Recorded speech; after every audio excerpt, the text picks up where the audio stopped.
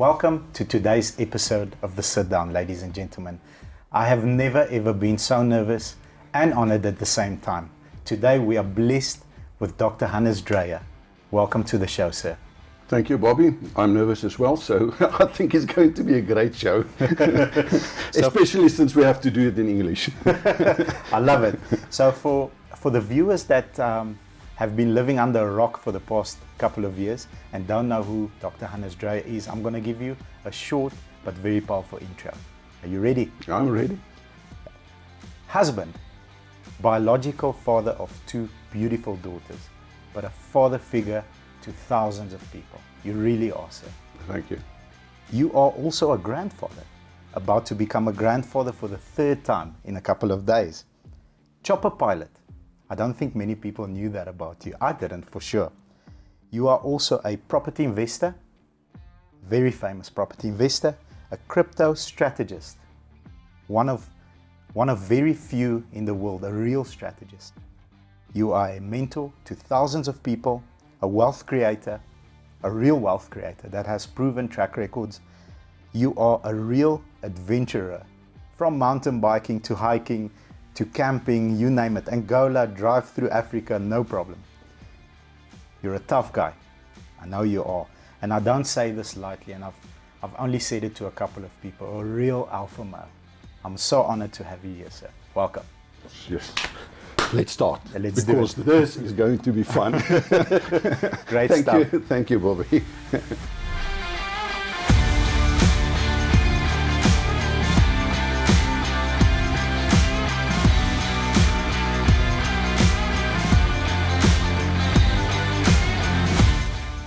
Before we get to the brand that you are today, I want to go back and ask you my favorite question that I always ask people when I meet them.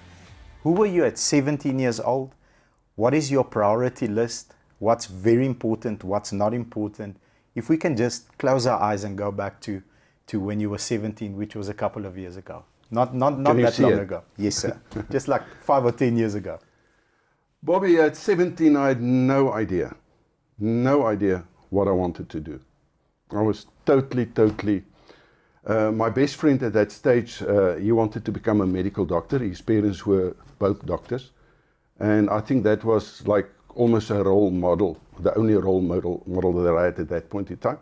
So I thought that would be great. But unfortunately for me, I did not pay any attention to school. I hated school with a passion, with a serious passion. Wow.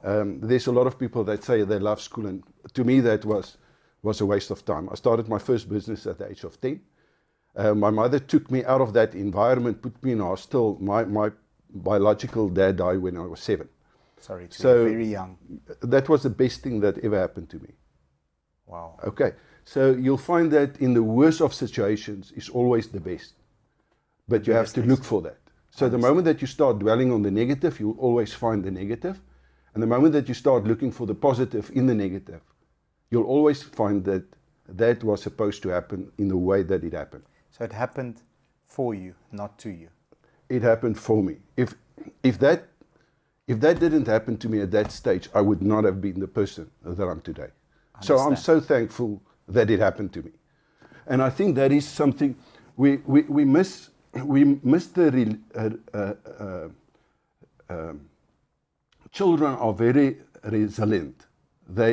We think because we put ourselves in their position with what we know today. Understand. You take the knowledge that you have now and you sort of feel like, shucks, that's a terrible thing with your emotions today, but not at the stage when it actually happened. Yeah, that child, because of the future that's ahead of him, he is going to take it completely different, and the energy that you're going to reflect on that child is going to have a massive impact in terms of the way that he or she is going to react.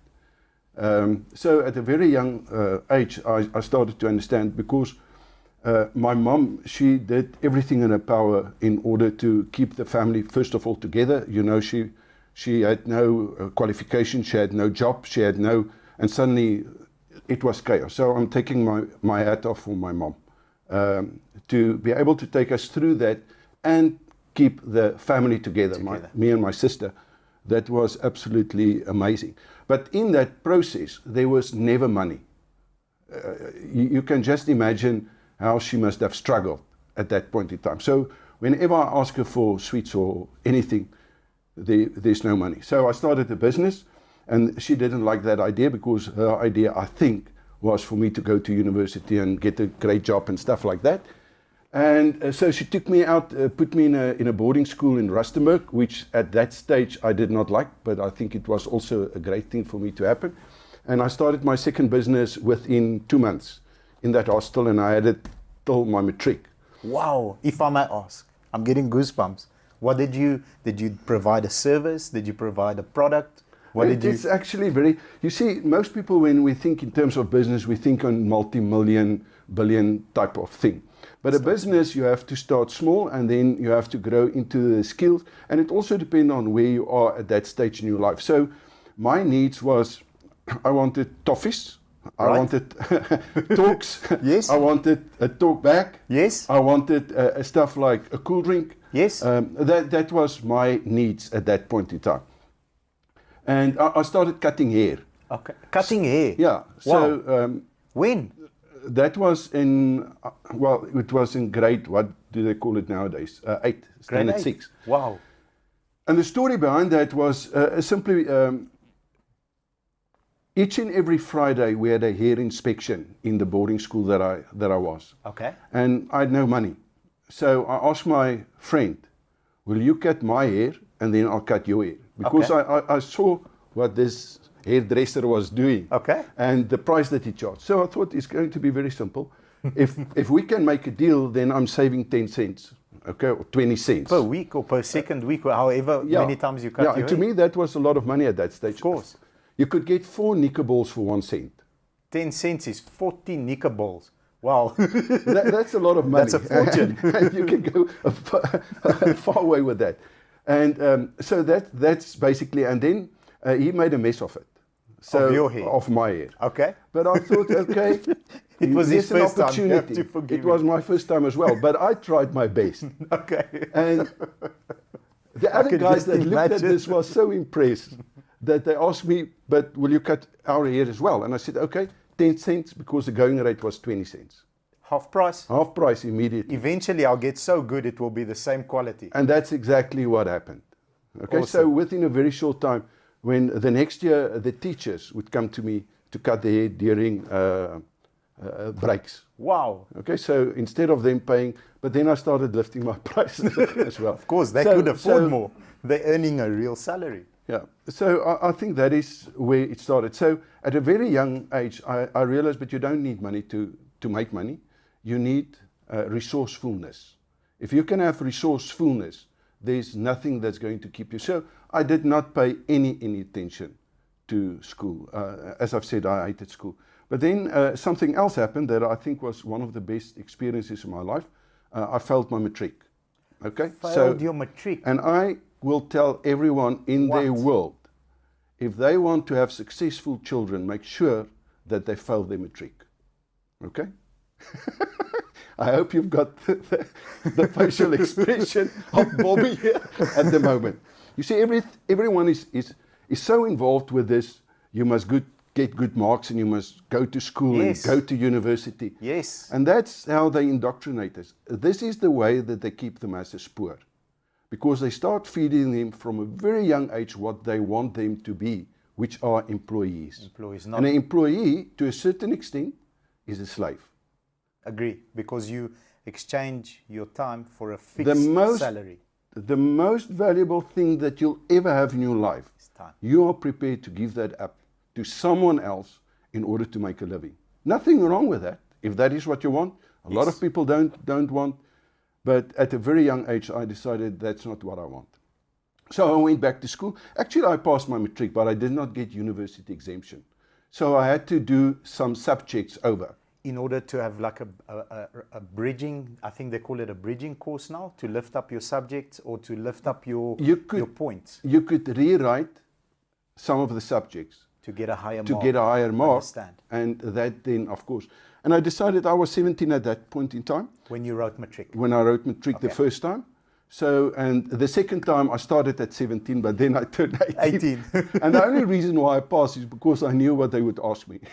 Okay. You've had experience. Yes. So I thought I'm going to put in all the time and all the effort to get good marks. Which you did, obviously. Which I did not. Did not? I just scraped by. Okay. I really. Because, just enough. Yeah, because immediately I got a part-time work at Mother's Hotel here in Rustem, here in Pretoria. In Pretoria, it still exists. It's Yeah. down the road. They make the best pies. So this is not a paid advert. If you want a nice Mother's pie, you're welcome. Those days, that part was not there. It was a hotel and the bottle store. So I worked in the bottle store. Okay, great. And yeah, so I didn't pay all the attention that I was supposed to pay on my, because that part was more important to me. Amazing. Lost your father at 7 years old. You're not even a child yet. You're still a baby, and the emotions and the experience that you went through immediately after that. I can just picture myself going through this, sent to boarding school because mom did what she could to be able to provide food and to be able to put you in a school to educate you, and then became an entrepreneur immediately 2 months after coming in. Wow, amazing. I think that the first 10 minutes of this interview has just been so much value. Thank you very much. So, you're working at a bottle store, wrote matric twice, barely scraped over the second time. How do you transition into a career path that took you from being the 1% of the 1% of the 1% on the planet in an insurance industry, and then became an investor, chopper pilot, and all the other things that you've done? How does that, because I can't work it out yet. You're still at a bottle store, barely past matric, and with a university exemption. How does that journey continue? Well, I went to university because I thought that is, I wanted, as I've said, to become a doctor. The second year that I passed, my grades were in such a way that there's no ways that I could become a doctor, even if I wanted. Okay, so I had no idea what to do, but there's like an orientation week at that stage at the university. But you are in the medical... No. I had no idea what I was going to do. So you're doing an orientation week? Orientation week. To see, am I a doctor, a plumber, what am I going to do? Whatever I'm going to be. Understood. Okay, and then they had to do these aptitude tests. Okay. So I've done several, I've gone through the process, and they basically told me that I'm good for nothing. So the only thing that stood out, right, 100% versus the rest, that's about 60%, was to become a professional athlete or in sports. A sports person. A sports person. And those days, although I was very, very good in athletics and stuff like that, there were no money in it. And I wanted to make money. Of course. Okay. So the only course that I could figure out that could help me to become and to make money was a BCom. In other words, in the commerce field. Yes. So I decided I'm going to go for that. That's what I... But in the last semester, there was a professor he talked a lot of nonsense that as an 18-year, I realized this is nonsense. One of the things that, those days, it was before your time, there was global cooling, just like there's now global warming. So he spoke of global cooling. I've never heard that term used before. So. Okay, go back to the 70s. Right? Global cooling. So, global cooling. And during that global cooling time, for example, you could not drive without a permit. The maximum speed that you could drive on the highway was 80 kilometers. 80 kilometers. We're very spoiled today. Yeah. So everything is being repeated just in another way. But it's all bullshit. It's all to condition you, to get you under their control. To submit. Absolutely. And this professor came and he said that according to empirical studies, by the year 2000, this was in 76, by the year 2000, there will not be a drop of oil on this planet left. And I knew that was because the resourcefulness that's within us, maybe there's no oil, but there will be energy. Right? Everything is energy. Yeah. So that was the first time that I thought, these guys, they've got no idea. You questioned. I started questioning all of them. not only the one guy, because it was actually a very depressing time. This professor would get on his bicycle to save petrol. And here's this guy that knows everything about the economy and supposed to know. And he's riding a bicycle. He's riding a bicycle. And then every morning he would sit down with a newspaper and go through this whole newspaper and be very, very wise when he's giving instructions. Those days it was like these sliding boards that they had. I remember. And he had this little pencil that draw out, and then there were no pointers, and then the straw that broke the camel's back was explaining how to take a production line and turn it from a negative into a positive. Okay. And I was sitting next to one of my friends, and I don't know if I can say this, but I'm going to say, you can edit this if you want to. I said to him, Fred, hierdie ou is besig om pompoen in ons hol op te rol. Yeah. He's busy bullshitting us, because if he's so good, if he's so wise, why the hell must he pedal on a bicycle in order to save money? And he's On fuel. yeah, well, he hasn't got the money to buy the fuel. Yes. Because it's expensive. But he's so good, he's going to turn a production line from a Like negative this. into a positive. If you can prove that result, Bobby, you can ask any price, anywhere in the world. And here's a professor. It made no sense. On that moment, You knew. I knew I'm done. I'm firing myself right here from the university. So I've got a thing that I truly believe in, and that's a temperature in an area of my life. When it comes to faith, I go to my friend Quentin. He is at a 98-degree temperature when it comes to faith. When it comes to marriage, I go to someone else that's been married for many, many years successfully, and your temperature in the marriage is also extremely high. When it comes to income and money, I can't take someone seriously unless his temperature is high. So that person's temperature is low, yet he's presenting himself as a person of influence. But they say those that can't do, teach. Most that can't do, teach. So I'm 100% with you on that. You can't teach me economics and how to turn a production line from a negative to a positive and make money, but you come to school with a bicycle to save money on fuel. I'm out as well, sir. That's awesome. So that day I said that's done. Those days here in South Africa, if you were a male, you had to do military services. Army it was training. compulsory. So Was that a good or a bad thing? Sorry. It's a good and a bad thing depending on how you're going to look at it. What's the good part about it? Let me tell you the story and then you'll see what's the good part of it. Okay. So I had two choices. I could join the army and get like 94 rands per month, or I could become a policeman and get 186 rands per month. Double. But I had to stay a year longer. In school.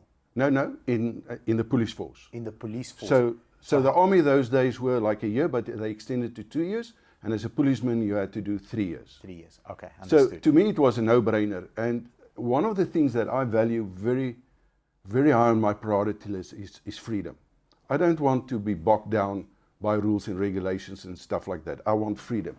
And in the army, it meant for basically 2 years, for 2 years or 18 months, there would be no freedom. And as a policeman, there was a 6-month training period, Okay. and then a lot more freedom. Because you've got and I suppose you are amongst people. You're amongst civilians. Where in the army, you'd mostly stay in the barracks and be surrounded by other soldiers, I guess. Yeah, so that wasn't my concern. My concern was the money. So I wanted to make the damn money. Because in my back of my mind, I thought that if I've got enough money, I'll be able to do the things that I want to do, when I want to do it, how I want to do it, and stuff like that. So that was the driver. And that also gave me the freedom to start my next business. Okay. So I bought myself a Olympus OM1 camera. The moment that I got my first salary, that OM1 camera cost twice what my total salary was. But I organized something that I could pay it off in 3 months. Okay. And because I had basically earned no money, so I could immediately take a huge, without paying interest. So I've paid off my my camera in 3 months' time, and So how did you immediately eat? I had a business. How did you eat? How did you survive? No, if you pay half of your salary and you never had a salary, then you've got a lot of money. Great advice. You've got a lot of money. You do, sir. I understand. Yeah. Okay. So that is one of the things that we get accustomed to our standard of living. So you're going to find that the more money you're going to make, the higher your standard of living is going to be. And the more money you're going to make, the more other people are going to try to take your money away from you. Yes. Because you're not aware of the process of how the system operates. So the moment that you start looking at the system, let's look at tax. Yes. So very few people understand the tax system. The tax system is immediately when you make money, they tax you. Yes. When you spend that money, they tax you. Yes. When you invest that money, you grow it, they tax you, you. capital gains tax. Yeah. When you die, they tax you. And then they tax you through inflation, which is the worst tax ever. Yes. But we don't understand that. So when you start, there's very little tax that you had to pay. But if you can pick your standard of living, suddenly you can start working towards a plan in order to get to financial freedom as quickly as possible. Yes. Right, which I confused at that point in time. I wanted to retire because this working story made no sense to me. Wasn't for you. How the hell you can work from the morning to evening and have got no free time and prepared to do that till you're 65? That to me was, at a very young age, that was totally crazy. I believed with everything in me that we were not born to be slaves and to suffer for the rest of our lives. So I wanna just touch on that, because I think if you're watching, just go back a couple of minutes and see what Uncle Hannes said. You are wired differently. You are disagreeing with the person that's supposed to teach you. You know for yourself, you are seeking freedom. So the way to create freedom for yourself was through financial income. The more money you make, the more freedom you'll have. And you don't want to be pegged down via a 9 to 5 or 8 to 5 because it makes no sense to you. So your DNA is definitely different to 99.99% of people I've met. It's different because nobody taught you this. No, in my opinion, nobody taught you this at 7, 10, 12 at boarding school while cutting hair. It's the way you're wired. Am I right to say so? Yeah, I think it's the way that you are wired. I believe there are different forms of energy, different energy levels. And you come in at a certain level. So you don't have to worry about what's going to happen in your life. That's going to sort itself out. Okay. So we are stuck in this, what I call the third dimension, this reality that we're in, time, space. And when we start setting goals, we set the goals or what we want to achieve in life. We set it according to our current knowledge. What we're aware of now and what the resource that we have now. Yeah. And that resource, in other words, you're going to fight yourself for the rest of your life and you will not be able to get out of your environment. And that is how most people, they are reactive. They've got these dreams, let's call it goals or inspiration or aspirations or whatever. Aspiration, yeah. But their environment and their wiring, we call it the memetics, that's what's going to keep these people poor. Simply because your memetics is actually your belief systems. Yes. Now, the way that it works is actually fascinating. They try to make it complicated. It's not. We can only experience life by what we hear, see, feel, taste, and smell. There's 5 senses. Yes. That's all. There's nothing else Except the 5 senses. except for the 5 senses. And those 5 senses are energetic vibrations. Yes. So I can see you because of energy, and I can see the different colors because of a difference in the energetic vibration. Agree. So I then take it in and I convert it. That becomes my internal dialogue. So the moment that I see something and I associate something with that, it becomes a meta program. It becomes a belief system. So that's why people always say, like, the first 5 seconds make the biggest impressions, because in that 5 seconds you've made that process and you have a predefined version of who I am within 5 seconds. Am I right to say so? Are we walking down the same road? Yeah, but that can be very misleading. Agree. Totally misleading. You can't judge a book by its cover always. Because let me tell you why. You see, our brain, at the moment that you've got that thought then is converted into a feeling. the feeling into emotion. The emotion is going to go to the reaction, and the reaction is going to give you the result. Okay. But here's a problem. The moment that there's a thought, the moment that there's a belief, right, it's a program. And now there's a part in our brain that we call the reticular activated system. So immediately the function of that reticular activated system is to protect you. Okay. Okay, to keep you in your comfort zone. Because the moment that your ego goes out of the comfort zone, you feel uncomfortable, you don't feel lekker. And for that reason, people hated to get out of the comfort zone. Okay, so the function of the reticular activated system is to delete, restore, generalize, and add information to line up with your belief system so that you can stay within your comfort zone. So if you're not aware of that, you're going to run your whole life over and over in the same energetic vibration. Staying in your comfort zone and making up excuses, making yourself into a victim to be able to stay in your comfort zone. Can you rewire that? Of course. This is fascinating. Of course you can, and this is the beauty about this whole thing. So we immediately run into a cybernetic loop.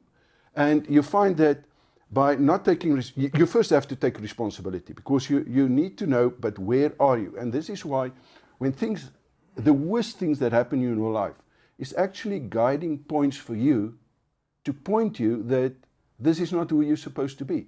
Because as long as you're in your comfort zone, you are not stressed. You are stressed because most people do not have money, and they do not have great relations, and they do not have a great body, and but it does not worry them. It's only when you start getting to, in my life, I'm talking about myself, when I got in the worst possible situation, that I was willing to change. And if you're not willing to change, the change cannot happen, because you're going to stay within that cybernetic loop is going to run. So how can you change this? That's vicious. It's very simple. You always measure the result. The result in your relationship, the result with your finance, the result with your health, the result, your body, everything is always reflected in the result. Now, if you cannot measure the result, you cannot manage the process. Or you can't improve the result. Well, you can't, because you have to manage the process. So the only way, the moment that you start managing the process, it means that you are busy growing as a person. I think I'm very comfortable to say this. The last 2 minutes was the best 2 minutes on our channel. Please rewatch the last 2 minutes. The moment that you measure the result is the moment that you can change the process and get a different outcome. Absolutely. So now you can reverse engineer the process. So if the results are not to your liking, it means change your behavior. If you change your behavior, your action, you will have to get a different result. You can't get the same results with a different action. Absolutely. Or you can go one step back and you can change your emotion or the thought. The approach. The approach. In other words, it's your emotions, your process, the process, the result. The result. So if you change any one of these, you break the cybernetic loop. So if I can change my thought pattern, I must have a different outcome. So there are 10 environments. There are 7 areas of life and 10 environments. And those 10 environments are so strong because that makes up your memetics. So your memetics is the first environment always. You get the you, then the memetics, your belief systems, which are these little programs that run. And those programs run on 9 environments that surround you. So if you change one of those environments, different result. Immediately. Agreed. Immediately. You can get results in a fraction of a second. The moment that you change your intent, you change your focus. I've got a book called The Formula for Riches. So the formula for riches is my intent equals my focus, and then what do you focus on? There's only 5 things that you can focus on in life in order to get and to become the best version of yourself that you can be. And that's a process. And luckily for me, I started to discover this very, very early in my life. And that helped me immensely. It's invaluable. There's no person on this planet Earth that cannot change the environment and that cannot change their destiny. And this is why we were born free moral agents. In other words, whatever the universe, the cards that they deal to you, you can use those cards and change your outcome. On condition that you are prepared to take the responsibility. 82% of the world will not do that. Yeah. And that's the part, the bad part. Because they feel they're entitled, They feel that someone owes them something, and I was there. That's why I know this. And unless you change that attitude, nothing is going to change. So there's only 4 attitudes. You get a lagger, zigger, zagger, and a blizzer. Okay. And those attitudes is going to determine what your reaction is going to be. So a lagger is a person typically that feels entitled, that thinks that someone else owes him something. Lots of those around us. Unfortunately, 82% about of the population. And that is why it's so easy for a political party to get votes. Yes. They just promise them stuff. And it's not in South Africa, it's around the world. Globally. Right. Then there's about 17% of the world's population that's in a situation where they understand, but flip, unless I'm going to do something, It won't change. it's not going to change. So they work damn hard, they get good grades, they go to school, they really try. These people try. Take ownership. But when you look at the big picture, you're going to find that when you start, there's only 4 high value skills that you need to have in order to become successful. Let's talk on the financial side. Financial. First of all, mentally. So you need to have high mental skills. Yes. The second thing is, And that's not studying information at school and recalling it when they ask you for a test. It's got nothing to do with that. it's got nothing to do with it. One of the greatest things that you can have is by becoming aware that you are the cause of all the outcomes that you're going to. So if I make a decision today, there will be an outcome. Yes. Okay. That means I have to take responsibility for the way that I think, act, and do. If you're not prepared to take the responsibility, then nothing is going to. Now, the school system tells you not to take responsibility. All you have to do is to get good marks, you get a degree, and then you get a job, which you're not going to get. Yes, you're not. Or if you're lucky enough to get, you'll be, in your words, which I agree, a slave. Yeah. And then the next thing is to have high income skills. The problem with high income skill is that you can make a lot of money with high income skills, right? But you are selling yourself, you're selling your time. So someone is paying you or for your time. Agree. The next thing that you can do is high business skills. And people confuse high income skill with high business skill, because business means that you're not actively involved in the business. You're not in the business. The business has to run without you. You've built a team of people or systems or processes that have zero involvement from your side. Absolutely. And that's when you can compound the income. The business income. The business income. Okay, now suddenly you've changed. The fastest way to do it is to take a high income skill, convert that into a business that then starts to run. But that means now the business is working for you. But there's a danger in that, because the moment that something happens to the business, you're back to square one. Yes. So you need to have the 4th skill, which is our investment skill. So you have to take this that you earn, that the business earn, and convert that into a investment, because the function of the investment is to supplement your current income. So if anything happens to the business, you still have a supplementary income here. That's more than what you need in order to have your standard of living. More than what you need, then have your standard of living. So people adjust their standard of living monthly. I see it. There's people that come into the dealership and they say, I got a raise of 7,000 Rand. What car can I afford now?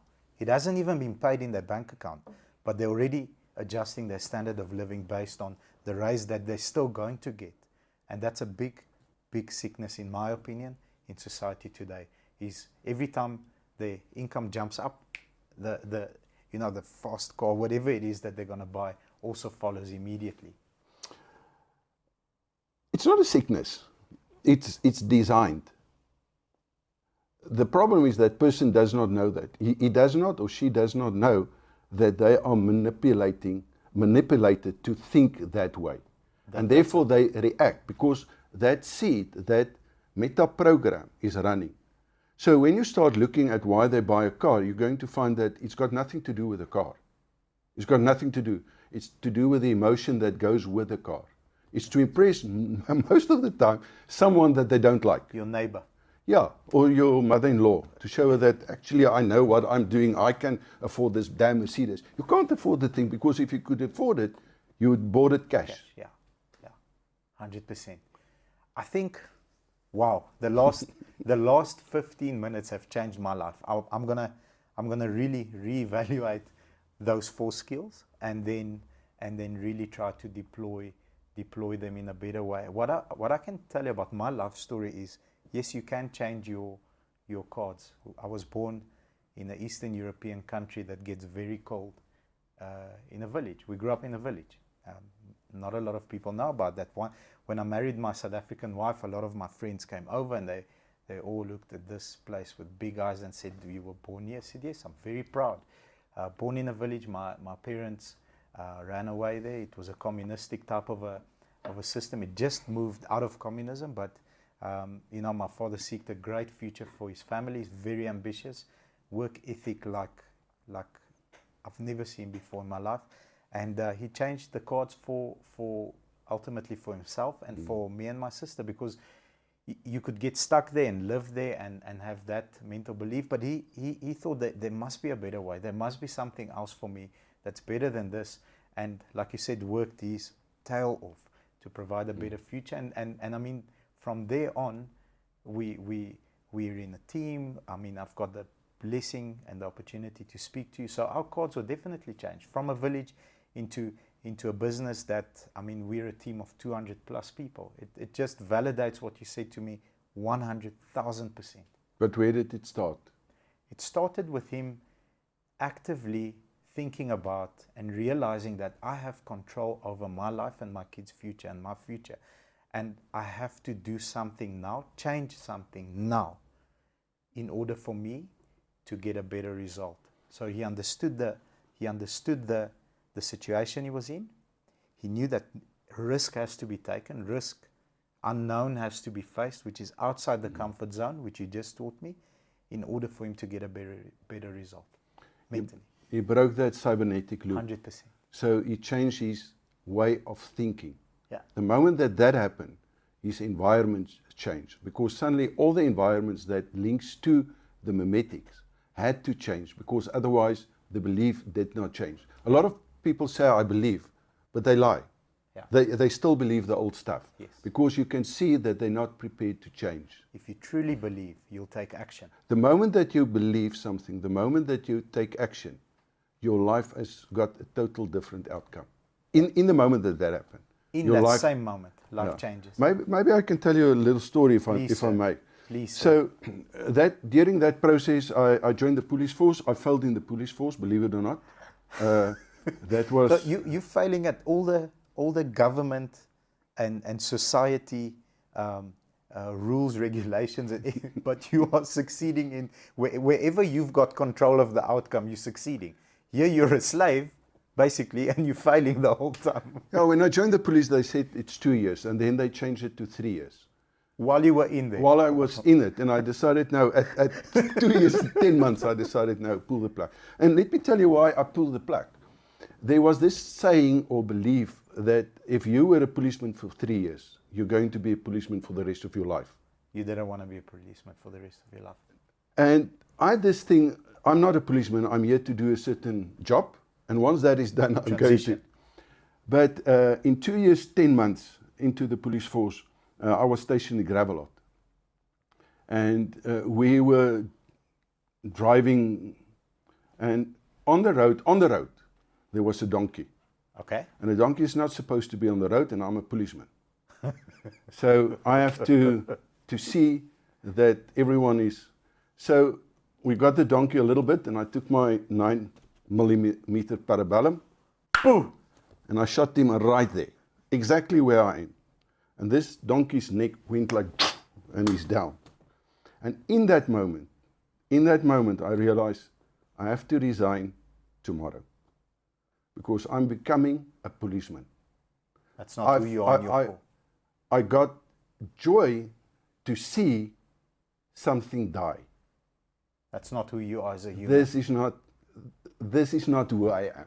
The next day I resigned, knowing that I had to do all my military training, all my military camps, as if I've never been in the police force. And you were 2 months away from I was 2 months away. So that emotion was so strong. I knew that because I could see the change in me. If you're in that environment the whole time, nothing wrong with it. Some people thrive on that. Yes. That was not who I was. Yes. And therefore I stepped away. And I had to break that. Now, today I know why I've done it. But at that stage, it was an inner drive. It was that inner energy that protected me and used that as a way to teach me.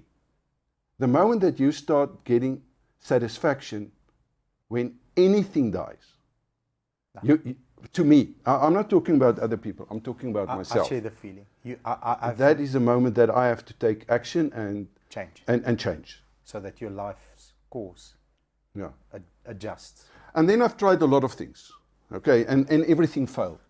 But my life changed in 1982, the first week in January, towards the last, in 81, towards the last part of 81.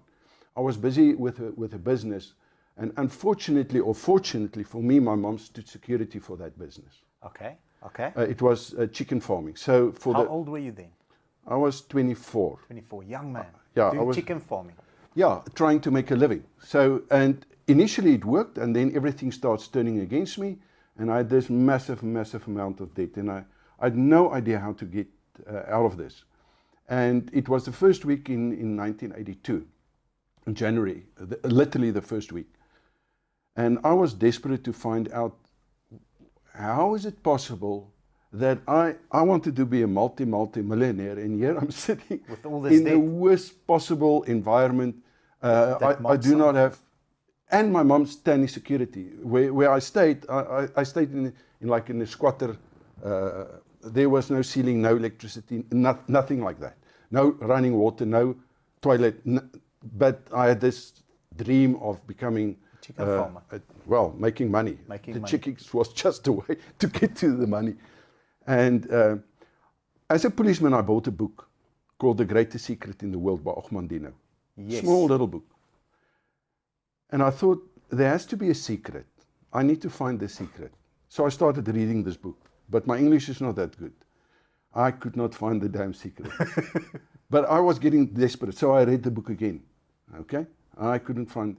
The third time that I read the book, as a policeman, I read it, first couple of pages and gave up. Yes. But now I was getting desperate. So I read the book and I came to scroll 4. The scroll 4 says, I'm not on this earth by chance.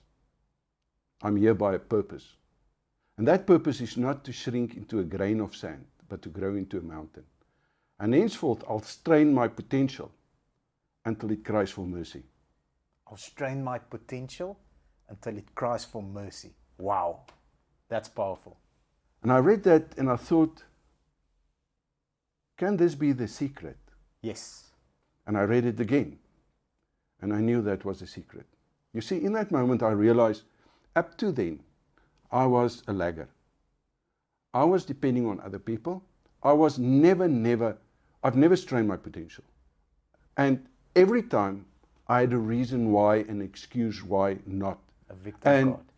I played the victim card the whole time. Everything that things didn't work my way, I played the victim card. It was the bloody bank that didn't want to give my money, that it was the supplier. It was everyone's fault except mine. And then I came to the realization, but wait. I'm not straining. I'm not playing this game. I'm playing someone else's game. And then another amazing thing happened, Bobby. In that moment, as I'm contemplating, I realized, but I can change my life immediately. Because the moment that I just take responsibility for as much as I can, in that moment, my life cannot be the same. Because if I did not change and not taking responsibility, it would stay the same for the rest of my life. But by changing, I have to have a different outcome. And that means that all the failures of the past is wiped away. It's gone. It's gone immediately. In that moment. I love that. Everything that happened in the past is not applicable anymore because I'm not the same person. No, you have course corrected. The result will be different because the process changed now. And all your mistakes wiped away. Oh, right there. I still had to pay the consequences of the mistakes because I've caused them. But that was a responsibility. And my life, that was the lowest point in my life, and that was also when the biggest breakthrough ever in my life happened. I hope they right there, because that was the process that started the process. The next day I woke up I wrote stuff down in a piece of paper there. The next day, I woke up and I thought, there's a lot of chickens that needs feed, and I don't know what I'm going to do. And then I looked at that list. I thought, okay, what's the one thing that I can do right now? What do I have control over? What's the one thing that I can do? That I can start the process. And I've been a very good athlete, and I've done a lot of marathons and stuff like that. And I thought, I haven't run for at least 3 or 4 years. Why don't I start by running? And I set a goal, and I almost died because the goal wasn't even a kilometer. But in the back of my mind, I'm still running marathons. And now, in real life, after 4 years, I almost killed myself. But when I finished, I thought, maybe I can tick it off. And that is one of the things why I've got a book. Power goals. Power goals. And it's not a smart goal. It's not this bullshit that they are telling you. It's a total different mindset in setting goals. So that was where it started. And then, literally 3 weeks later, I met my wife, Tanya. Within 3 weeks. Right. I asked her to go out. 3 weeks later, I asked her to marry me. 3 weeks after you met her? I knew this is the woman. You knew. She immediately said yes, and then within 5 minutes, we were walking.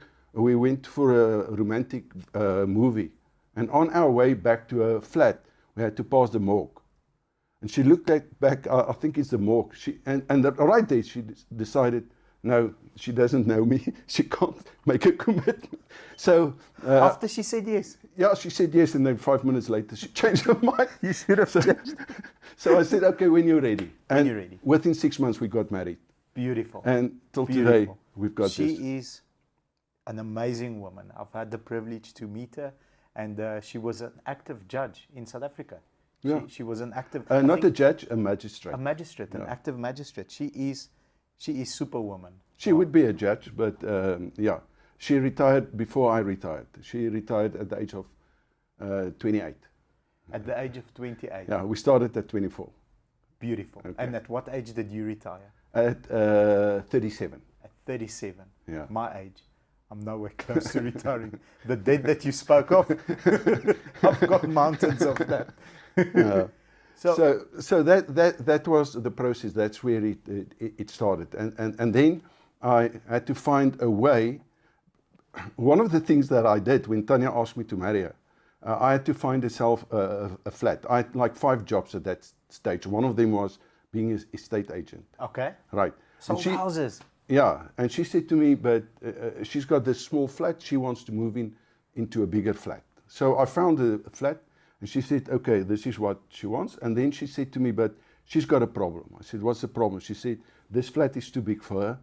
She thinks we need to get married. Oh, now she's ready. She thinks we need to get married because the flat is too big. Then you will not believe it. I said to her, okay, but there's a couple of conditions. Now you've got conditions. Yeah, oh my goodness. Now I've got the conditions. Forget about that. Now I've got the conditions. What's the conditions? One of the conditions was I would give her a house within a year. A house, not a flat. A house. Her own house within a year. Right? I've got no job. I've got no income. Everything is busy failing. The condition is a house within 12 months. I was in love. So I knew she wanted security. You were in love. I said, within a year, you'll have your house. Okay? 1 year. 1 year. And we got married on the 3rd of July. On the 1st of June the next year, she moved into a house. Beautiful. Beautiful. That's a high five moment. Can you see how amazing the human mind is and the wiring? I had no idea what I would do. And that led then to another story. Because it's story upon story upon story that builds your life. Absolutely. So I started there. I started as insurance salesman. And the reason why I started as insurance salesman was simply because I knew that within 2 years you could get a house if you produced certain production. Okay. Right. So when I saw that and I knew that, I had a deal in the back of my mind that I thought would go through. But in September that year, that deal, I realized it's not going to go through. Okay, it's not. So made an appointment with Old Mutual because I knew that they would give houses within 2 years. But I made a deal with the manager, Obas Visagi, and I said to him, I will do in the next 7 months what other people will do in 2 years. But if I do that, I want a house. Sure thing. And he said to me, okay, that's a deal. 24 years old. Yeah, I turned 25 in that year. In that year. Yeah, we got married, and on the 16th of July is my birthday. I turned 25. And he said yes. And then I started working there, and suddenly all the previous sales jobs failed. Suddenly this one, because there's motivation. And experience. Those taught you something, I believe. I'm Of sure course they he did. did. Of course he did. But then the manager got a promotion, and a new manager came in. And he didn't like the story, and he said to me, this is not the rule. I said, that was the rule. He said, no, that's... So this manager didn't like me. And then a bad thing happened. I think that was, in that career, one of the low points. They stole my commission. How? And very easy, he pretended that I've sent him to fill in the forms. It just happened. So the manager, I went to my manager, he said he can't do anything. I went to the main Mac, and he said sorry. But I knew that this guy had already spoken to them. So I went back to the client, and the client made an affidavit. I took the affidavit, and I threw it on his, I said to him, listen, you're going to have more shit that you can handle. Yes. I want my commission, I'm going to get my commission, and I walked out. That was on a Monday morning about 11 o'clock. 2 o'clock they called me, and I thought, okay, that's brilliant. I'm going to get my commission. Yeah? And as I walked in, there were other managers as well. He said, I want your car keys, your wife's car keys, and I'm giving you till Friday to transfer your house from the perms into your personal name, because we're calling up all our security. Unless you go back to the client, tell the client that you were in the wrong, and you're not going to get the commission. That's a very tough position. In that moment, Wow. I immediately, I've got a ability in high stress situation, I can keep my calm, right? So in that moment, I thought, first of all, what the hell am I going to tell my wife? I mean, everything that we worked for suddenly gone. Yeah, just like that. The second realization, I'm bullshitting myself. It's not my house. Yes. That house does not belong to me. Yes. It belongs to the damn bank, and these people are giving security so that I can tell people I've got a house. And those 2 cars were not mine. Banks They cars. belong to the bank. And they gave security. And the mutual gave security for me to be able to buy the cars. The leverage was with you, not with them. When I realized that, I thought, okay, but then I'm in a system that is busy bullshitting me, and I'm part of the system. I need to figure out what the hell is busy happening here, and why is it that people lose their houses and stuff while they're doing something of value and adding value, and these other buggers are just covering each other. Yes. So I said, okay, I'll go back to the client, because you can't hide the truth. I told the client with one of the managers exactly what I was thinking of them. And I said to the client, I'm going to figure out what's the system, how does the system operate, and why is it that most people will never get. I had no idea. I knew there was a way that they control us. Remember, Bobby, at that point in time, 2 years earlier, right, in 1982, I had so much debt that I couldn't see my way out. Now it's 84. Yeah. Right? Things are working for me, and suddenly I've got flippant 10 times more debt than what I had. Yes. But at that point, it didn't bother me because I had You've got excellent momentum. income. You've got income the whole time. Yes. And I thought, yeah, I'm going to be in this cycle for the rest of my life. I made a sum to Tanya, what this house is going to cost us. The interest rate were 17%, if I remember correct. It went up in July that year to 24.5%. And I showed her what we're going to pay, and we started with a plan. So that manager at that point was one of the best things that could ever happen to me. Just to put you in that state of mind that I'm never getting out of this unless I change again. Boom, I need to change. Yeah, because you see, the universe will show you, but you have to pick up the lessons. You have to consciously make that decision. You have to become aware of that. And you can't become aware. When things are going well, you will not become aware of the lessons. Yeah. It has to show you and sometimes rattle you. Rattle you, yes. Because otherwise you're just going to continue. And there the real journey of becoming a wealth creator started. That was the point. Right. So it took me like in 1987 I was busy getting a qualification, a CFP qualification. Those days it was called ILPA, Institute of Life and Pension Advisors. They changed it later on to a Certified Financial Planner.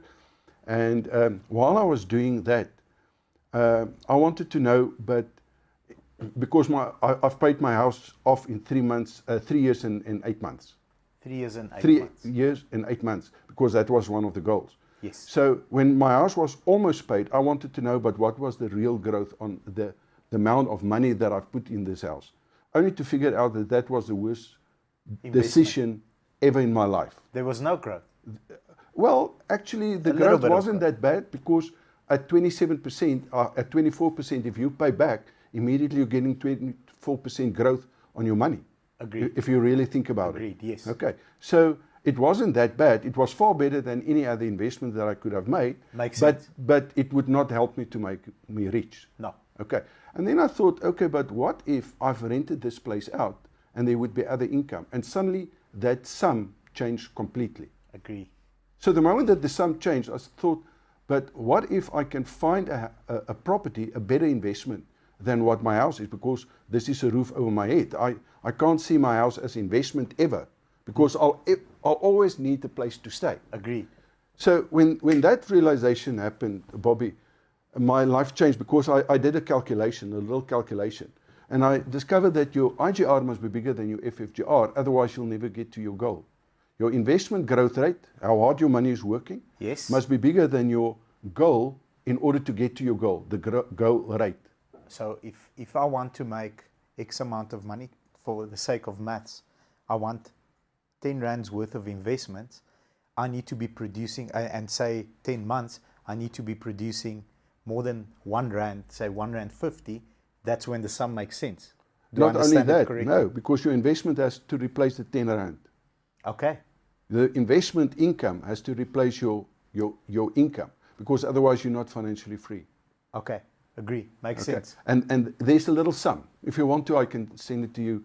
There's a crash course that I've got just on this, and I'll gladly. Are we allowed to put a link here? Are we allowed to send people to go and view it?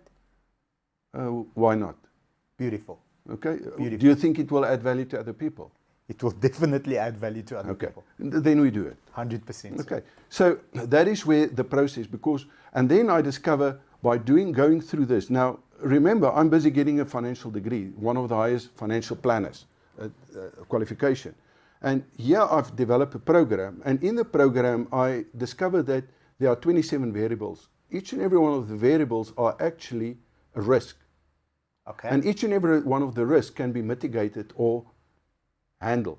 In other words, I can predict the risk, see what's the worst case scenario, find a way to offset that. That is building skills. Yes. And simply by doing that, I started looking for different properties. So I analyzed 133 properties with the different permutations, and the 134th property that I got was for free. And I couldn't get it. The program gave me a hash num.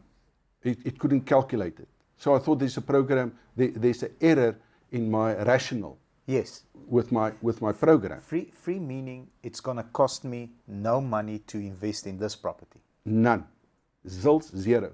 Out of my pocket, Nothing. not a cent, not as a deposit, not per month. They would pay me and give me a pension in order to get this property. That's the right investment property. And That's I the thought, one. no ways, it can't be true. It is impossible. Because here, you must have high risk, high reward. 100%. Here I saw that the more skills you've got, the lower the risk becomes, up to a point where you can get everything for free. Every single thing on this earth is for free. That helicopter that you spoke about, when I Yes. said to Tanya, I want to buy a helicopter, she said, you know how to do it. You're not going to touch the budget. If you do that and you make the money, you can buy the helicopter off the tax. It took me 3 months.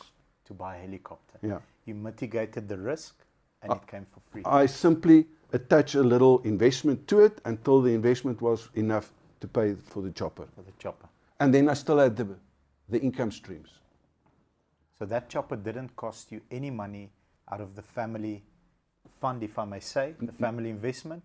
It's something that you wanted and you created it. It's that simple.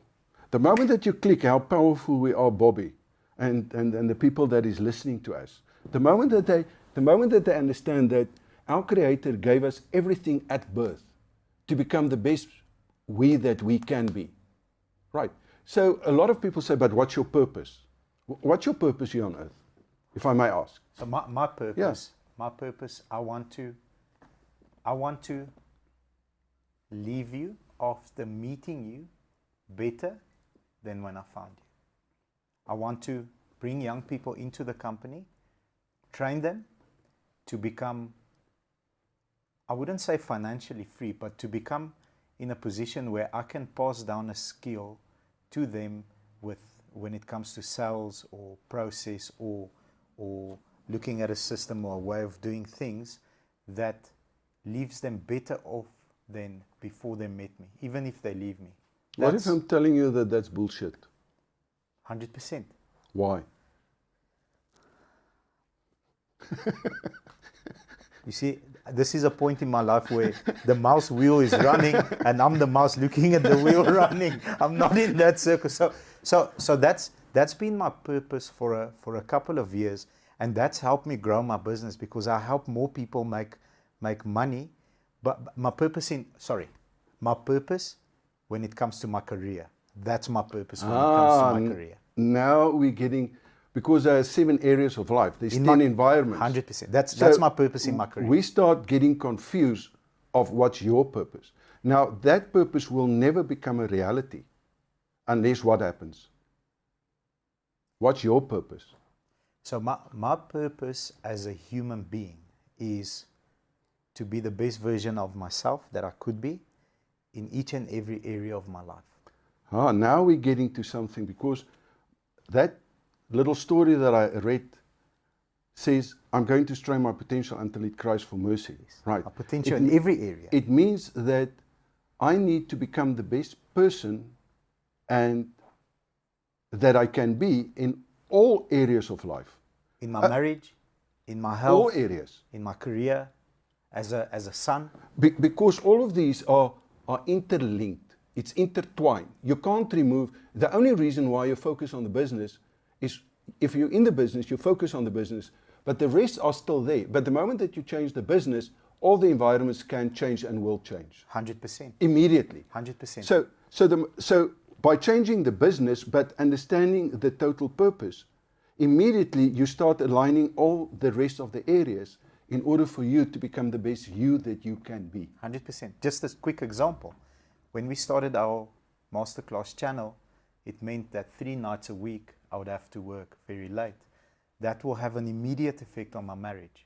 So before that's done, get the team together and get a plan as to when is it most convenient for the team to work, which nights will be the most convenient. Discuss that with your families, and before we go and make this change in our lives, be prepared for the effect that's going to happen here with my wife. I had to sit down with her and say, listen, I'm working long hours as it is. I'm going to ask you to bear with me to work even longer hours these 3 days, because I share a vision with the team that we want to create content, we want to educate people. We've got a purpose. We know what we want to do with the channel, but for me to make this work, you will have to change the way that your expectation is managed on a Tuesday, Wednesday, and a Thursday. Immediate change in my marriage. Immediate. Yeah, but that's going to have an effect that you may not bargain for.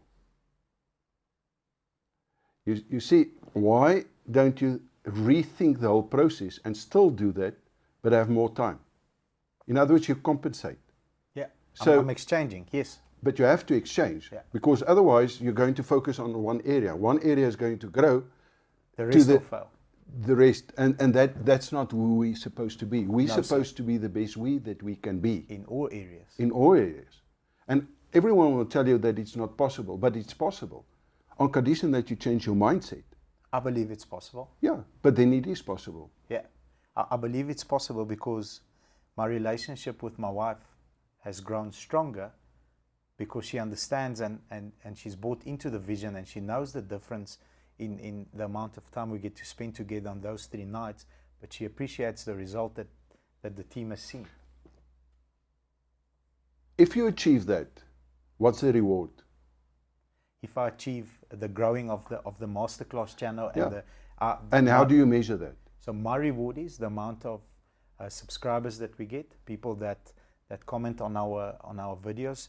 So my reward, and I think I share this with my team, I'll speak on their behalf, is the difference that we make in people's lives through the communication that we get from people that have watched our content. Okay, that has got nothing to do with your wife. What's her reward? Her reward, 100%, very good question. Her reward is allowing me to do what makes me happy, getting... Now, what's her reward? Not what's your reward by allowing you to be happy. What's her reward? Her reward is when the business and the channel, I've had this conversation with her with working hours around the business. When the business and the channel grows, we have a financial goal. That goal is hit, and then there's a physical reward. For example, about a month ago, we bought our first house. So the idea was that if I push myself, exchange time for me and you spending time together, watching TV or whatever the case might be, put that time in the business will make money so that we can buy our dream home. We're not going to even think about buying a dream home until we have X amount of money available to us to be able to buy the home that it doesn't affect us if my income starts doing this a little bit. So this is the number that we're chasing. Once we hit that number, we can buy our dream home. Okay, That's the reward. What's her reward? Is the home and the Okay, environment that we're staying in. Is that really a reward, or is it your reward? Is it our reward? Yeah, I think it's because then it's still not her reward. As much as it's a shared reward, it's her reward. I see it as her reward because it's the house that she chose. I'm very happy where we stayed. We stayed in a very small place for 12 years. I'm very happy to stay there for the rest of my life. But it's her reward because that's what she wants. She wants the bigger house. I love She that. wants In other words, the moment that you start with this process, she knew what's in it for her, 100%. and therefore she allows you to be able to do it. But the moment that you get the reward, you have to give thanks for the reward. Because the moment that you start appreciating the reward, it settles, I've been successful, I've done it once, I can do it again. So now there's a next reward. Immediately. There has to be a next reward because you're going to continue with these master classes. 100%. It's not going away. Hopefully Yeah. it will take even more time away from us because I know that the way, this is my point of view and it's my truth, the way that our business grew was through helping more people.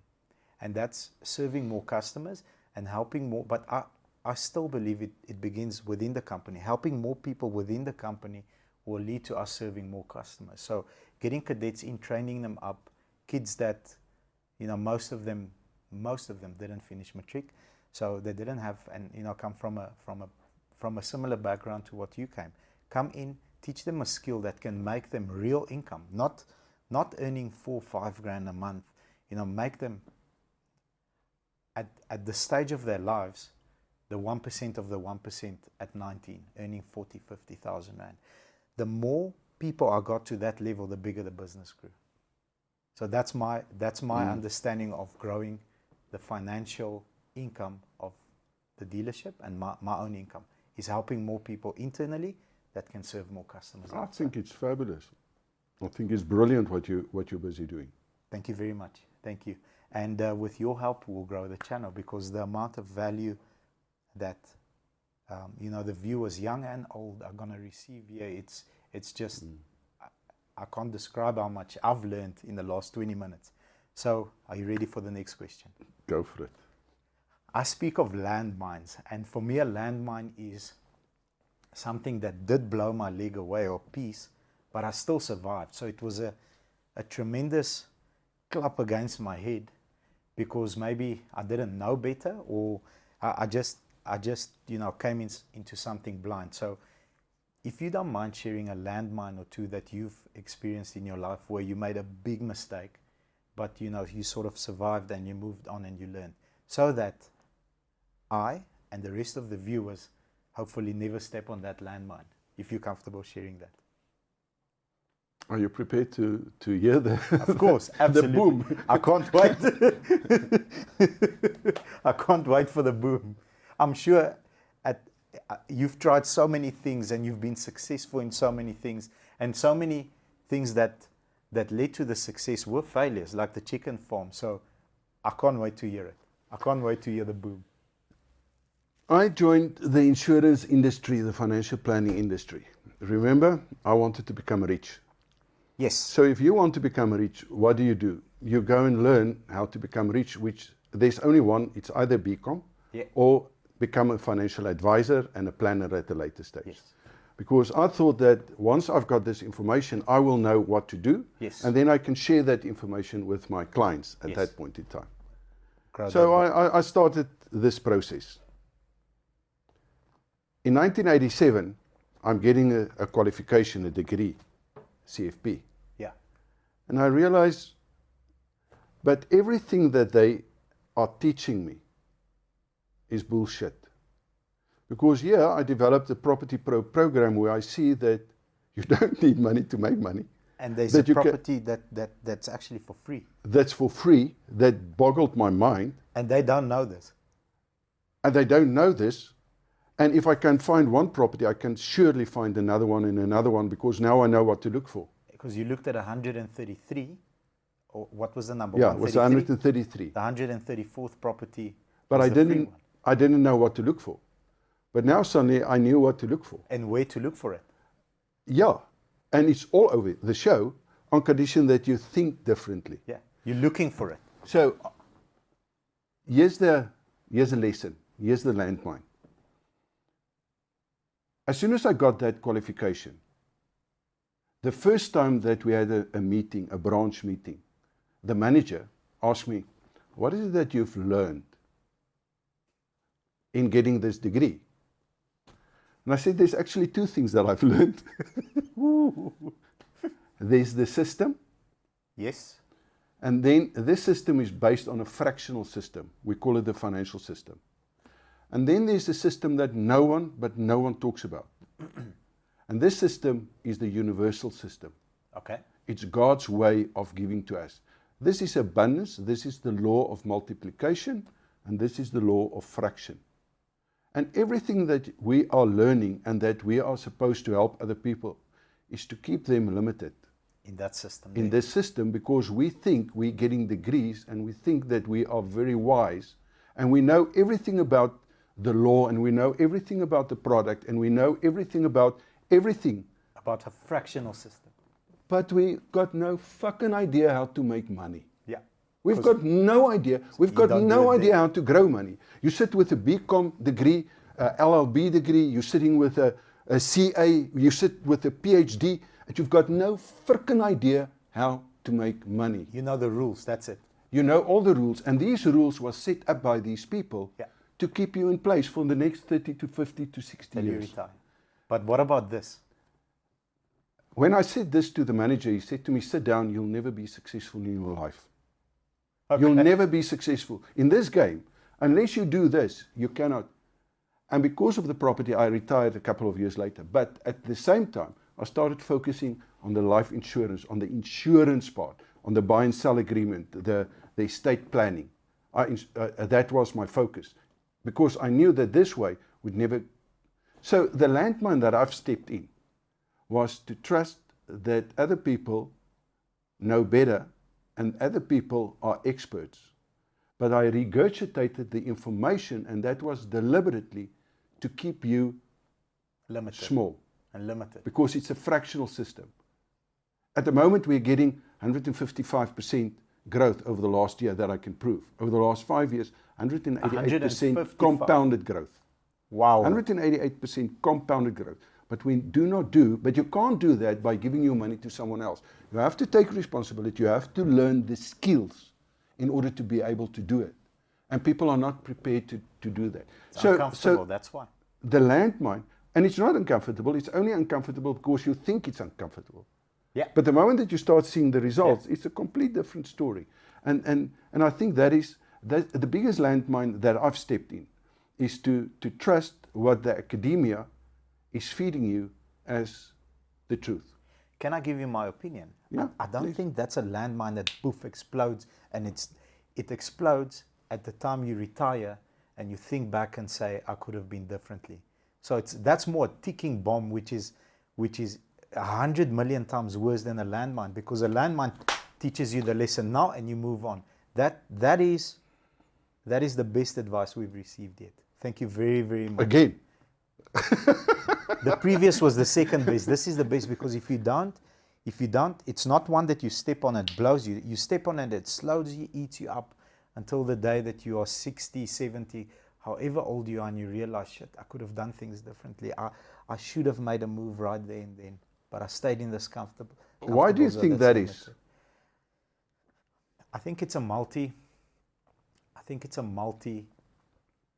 multi-level problem. Number one, you've been taught that way from school. You've been taught to conform and to follow the rules and to do things the way that the teacher, in your example, the teacher that teaches something that he's never done before. But you believe him because that's a person of authority, and you are trained as a child not to challenge authority because that person is right because he's in that position. I think that's the one level. The second level is people staying in their comfort zone. I'll give you an example. Every time we have a record month, and we're very blessed to have had many record months in the last year or so, I am so scared. I am fearful. Like, how will I not do this again? How will I beat this? I am immediately uncomfortable. If we, let's say, for example, did 370 cars, and the next month we do 372, 368, I'm comfortable. If we do 450, I'm extremely uncomfortable because now the bar is up. I need to beat the bar. I'm not happy that we've done this and I'm content. So I think being comfortable and being content is something that's going to guide you to an average life and an average income and to an average you. You'll never be, your potential will never cry for mercy if you're comfortable. I don't know if I've made sense on how I explained the question. What do you think is the main reason why people will not financially? If you look at investments, there's two parts to investments. I'm going to guide you a little bit, if I may. There's the growth and the risk, but we don't understand the risk. Now, we think that risk in a business or risk is a volatility, that 400 cars, 200 cars, that's what we associate as risk. But risk is not that. Risk is when you do not know what you're doing. Yes, yes. So when you invest and you give your money to someone else, who's taking all the risk? You're taking all the risk. But there are very few people, investors, that understand this. No, you're taking I'm handing my happiness over to you. I'll never do that. The moment that you give someone else your money, it's not your money. There's a promissory note that you'll get something back, but it's just a promise that they do not have to. That's a maybe. That's a maybe. Plus, you've got no control over your growth. Yes. So in my mind, in '87, when I discovered this, my life changed because I suddenly realized that you are not helping anyone by investing or trying to help them. You have to get them to understand that they have to do it, because that's the only way. By doing will you get your competency. And competency means you've got the skill to be able to do it, you've got the practical knowledge, that's why you can do it, and you build the experience. Yes. So when you combine those three, you are looking at competency. Yes. And what you want in all areas of your life, you want to have the competency, because the moment that you've got the competency, you can move on to the next level. Yeah. So this that you say, okay, now I'm shit scared because I've reached this, how am I going to do that again? I need to improve All you myself. have to do is to go back and say, okay, what is it that I've learned? Yeah. And how can I've got a formula, by the way, the formula for riches, that explains that. We call it the accelerator principle. So the accelerator principle, the moment that you start getting things right and you can measure the result and you see the result, now how can I accelerate that whole process so that I can do the same result in a shorter time? Yeah. It's a knob. It's simply, It and the moment sounds that simple, you do, but it's not very simple. It's the idea is simple. The execution needs to needs to be where the grind is, where the work is. So for example, our recon process. A car comes in, it gets photographed, it gets cleaned, touch-ups are done, and then the car comes on the floor. Now I need to turn the knob, exactly what you're saying. How can that process be cut down from 7 days to 5 days? Get more vendors. And I suppose what you're saying I can apply in the rest of my life, not only my business, in the rest of my life, marriage, health. How can I get to the desired weight of 86 kilograms when I'm 96 now? Just stop eating flicken ice cream. Okay, but how do you manage that? Do you see? Can you see that everything comes back to that, the thought process, and I've captured that within a formula. Okay. So there's a formula. Yeah. And the beginning of the formula is you have to have a goal. So 86 kilograms. Yeah.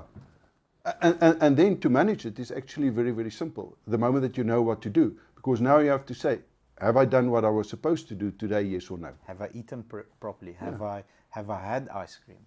Have I exercised this morning? And if I haven't, then it will take longer, or it will never happen. Yeah. Awesome. Now that is not going to help you, because you set the goal in the third dimension. So you are going to work against your willpower, and willpower will always lose out. Your willpower is not strong enough. You haven't got enough willpower to change your outcome. We set goals and we don't understand why we set a goal.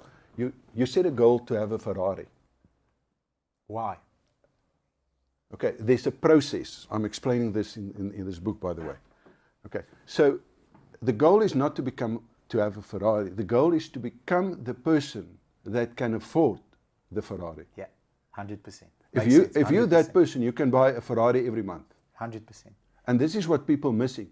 So the function of the goal is for you to become the person that can make the goal a reality. Yeah. So take Elon Musk, for example. I don't want Elon Musk's money. I wouldn't want any of his money. What I would love is to understand, or to be in his mind, to see how he processes issues, because that led him to the money and led him to the person and the innovator that he is, whether you like him or hate him. So how does he process issues to get to the level that he is? Bobby today at 450 cars in the business world is a different Bobby to the Bobby at 300 cars. And it's not the same Bobby that's going to take the company to 1,000 cars. I need to read that book immediately and a few other books to be able to get there. So it makes perfect sense what you say. Okay. Thank That's you so good. much. Pleasure. Next question. If you could restart your career as an investor, as someone, a young person going into the insurance industry or chicken farming, what's the one thing that you could take back with you as a young person and potentially give to the young people or older people that are watching this video? Just one thing, if there was one thing. I think being present is probably important, if it's that or something else. I think you have to sit down and decide what is it that you want, right? And get clarity on that. So if you, a goal, Earl Nightingale has got a nice definition. I like to use his definition. He says a goal is a progressive realization of a worthy goal. In other words, there has to be something that is so important that you are willing to go through all the pain. So the progressive realization means every day you must be able to measure to see if you are one step closer to your goal or not. The moment that you're not, that is more valuable than being on track, because that is where the learning is going to happen.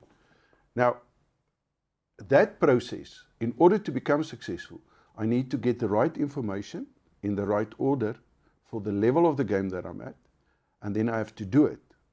I have to do it to get the results, because I can measure the results to see if I'm on track.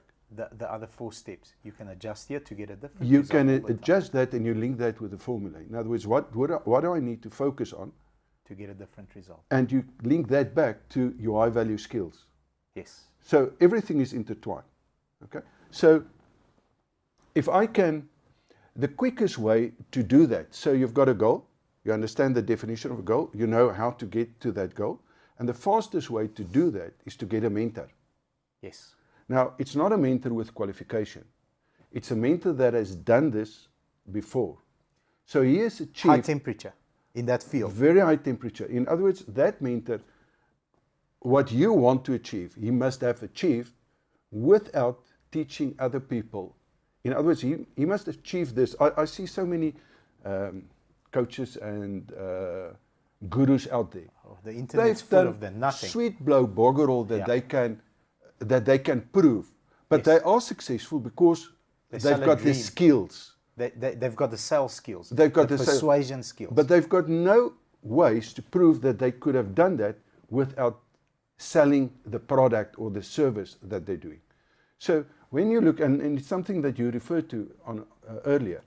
So when you pick your mentor, make sure that that person has done it without selling courses and stuff like that. Yes. And also, listen to people that is where you want to be in the future.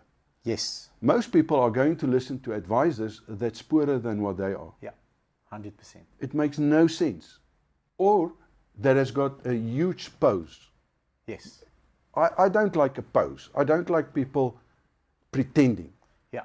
The moment that someone pretends, you know he's in it to sell you something. Yes. Right. And that sell is for him to survive because he or she does not know How that to do everything the is bloody actual for thing. free. Yeah. So I've got a thing that I've learned a couple of years ago. When I choose a mentor, there's 3 types of people that will teach, that will present themselves as a mentor. So first type, a bookworm, typically the professor that teaches you how to change a production line from negative to positive. He studied. He's got no moral authority on it. If he walks onto a production line, the guy sweeping the floor is more qualified than he is in terms of not theory, but actually doing something because he understands that process. Second one is somebody that has worked with somebody in close proximity that has done it. He will tell you once, for example, I speak to one of my mentors, PAs, and he says to me, Bobby, the way that this person reacts in this situation is he does this first, second, third, and fourth, and fifth. So he's sort of a mentor, but the real mentor is somebody that has taken a company from nothing, created a company, and has sold the company for X amount of money, and he can teach you how to do that. The other two can't, unfortunately. Absolutely. They can't. They can tell you a story, and they can sell you on the idea that this is the challenge, until you've been in the position where you've got so much debt, you don't know how you're going to pay your stuff. You've got month end coming, I've got a salary bill, I don't have enough money in the account. Until you've been in that position, you can't truly exchange value with the second person. So wonderful, wonderful advice. Thank you very much. Thank you very, Pleasure. very much. So choose your mentors wisely, guys.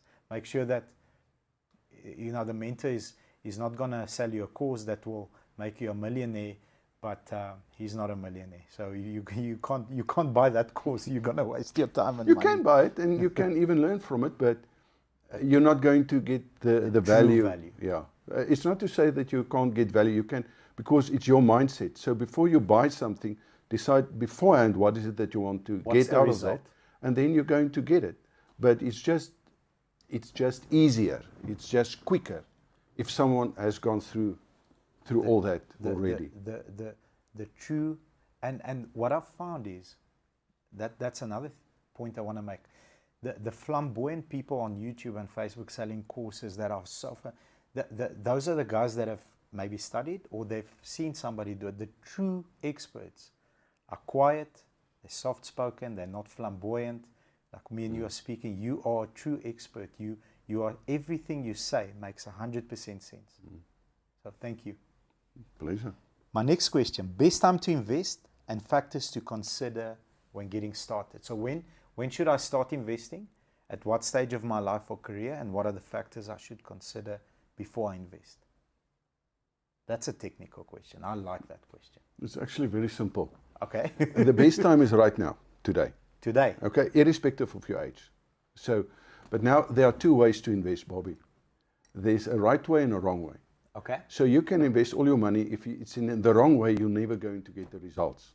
So before you invest, you need to get what's your financial freedom growth rate. Okay. If you do not have that, you are flying blind. I used to fly helicopters. You are flying blind. You dare not fly blind. So now I've got a benchmark, and I know the moment that you've done the financial freedom growth rate, you know yours. Yes. So now you can reverse engineer and you say, okay, this is the growth that I must get. So immediately you're going to find that 98% of all so-called investments, you cannot invest because their results, that is your IGR, your investment growth rate, the results is lower than what you need. So you take out a lot of sound, a lot of noise, white noise, immediately out. Makes because sense. the most important thing that we've got is our attention and our focus. Yes. So you have to focus on those things that are going to give you a better result than what you need.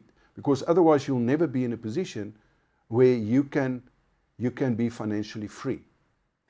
How do you work out what that is for yourself? Very simple. I'll give you the course for free on condition that you are prepared to do the course. Absolutely. Okay, and give me feedback. Absolutely. And I've got a theory about You know, I've just sold you something. you haven't sold me something. You've allowed me the opportunity to make a decision. And I've got a thing on free stuff. If I get something for free, I'm 10 to 1 not going to use it. You know you're lining yourself up for a huge sale just now. 100%. 100%. I think I'll get more value than you. I know I'll get more value than you. So I'm going to buy the course, do the course, and give you feedback. Okay. Because figuring out... Now this is for free in any case. It's just to show you how much value I can add to you. So figuring out what is that amount, I think is the biggest part of your journey. What is this amount for me? Because it's surely different for you than for me. Of course. 100%. There are people that are happy earning X amount of money, and there are people that are unhappy earning a lot more.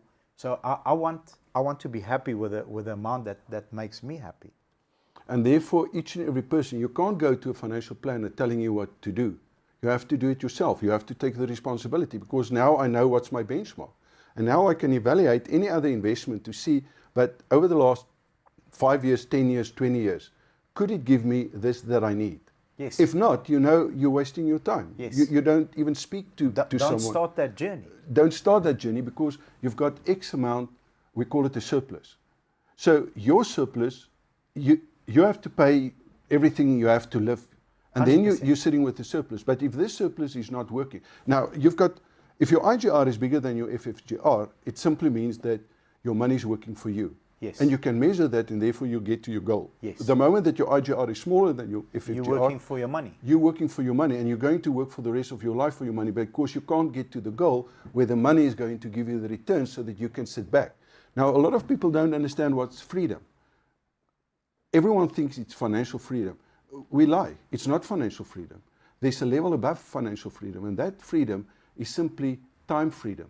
Yes. So what you're doing in this business is actually to get more time. Yes. But in the process to get more time, because you don't understand the process, you are spending more and more time in the business. Yes. Which is the worst thing that you can possibly do. So I've got a short, if I may, respectfully challenge that.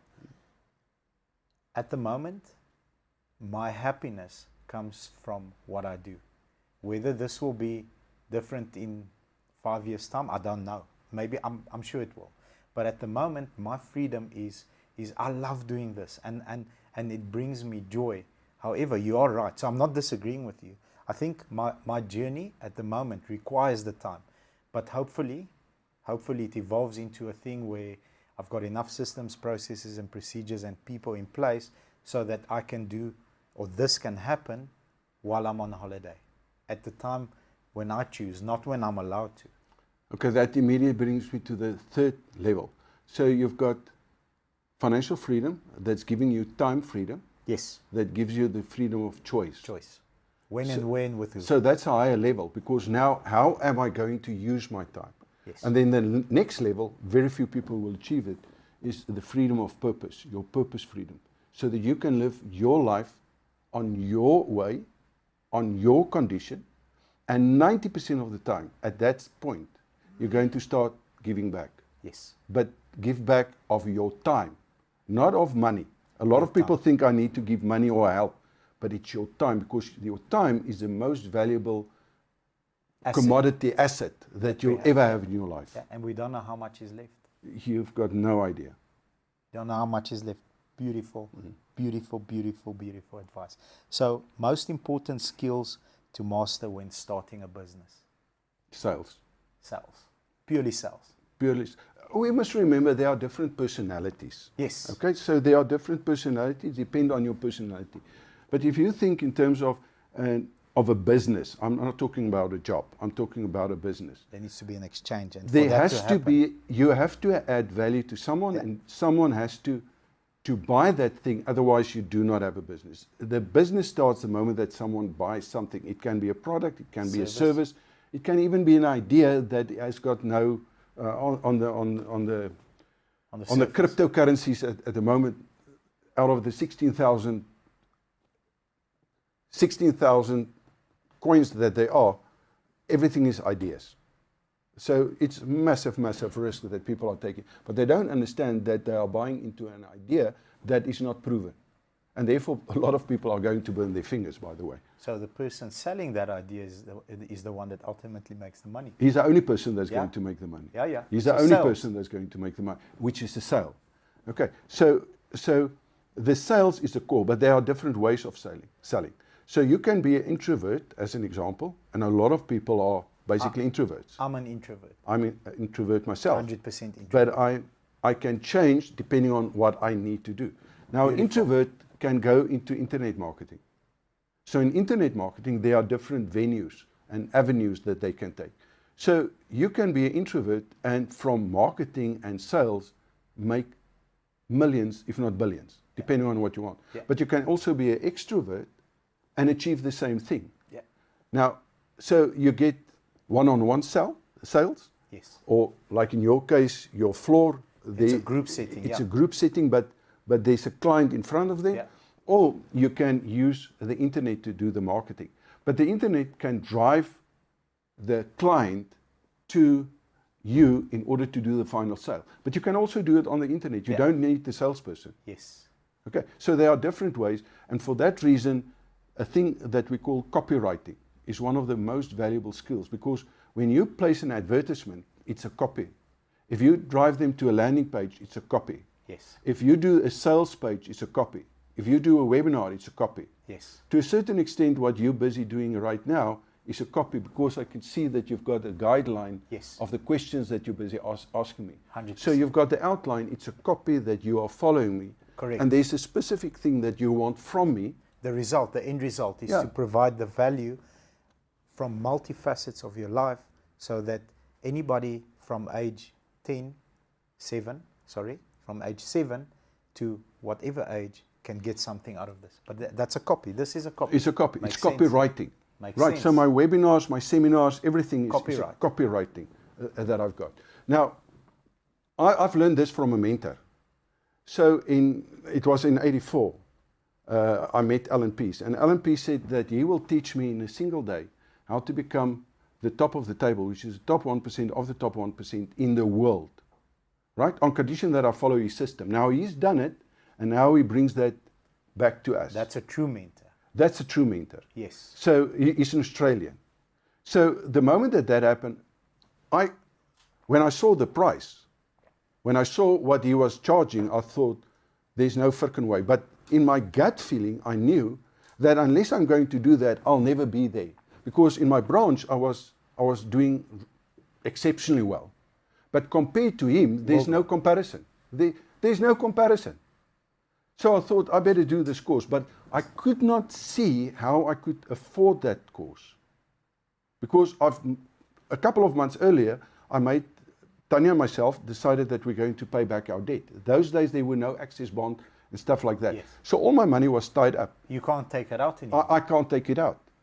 I wanted to do this course. Everyone told me, you're wasting your time, you're not going to. So just on that, I need people to understand what you are saying, because I don't think people are understanding.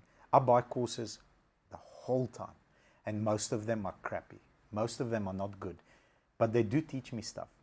But I invest back into myself. In comparison to the income that you are getting, let's say a single month's income, What percentage of that income was that course? Because it was obviously expensive. That was 2.8 months total salary before any deductions. So this is 30% of your income, annual income. Nearly 30% of Yeah, your annual income. Of my annual income on a single course for one day. For one day. But there was a promise. The guy said, if you're going to do what I'm telling you to do, you will be a top of the table producer.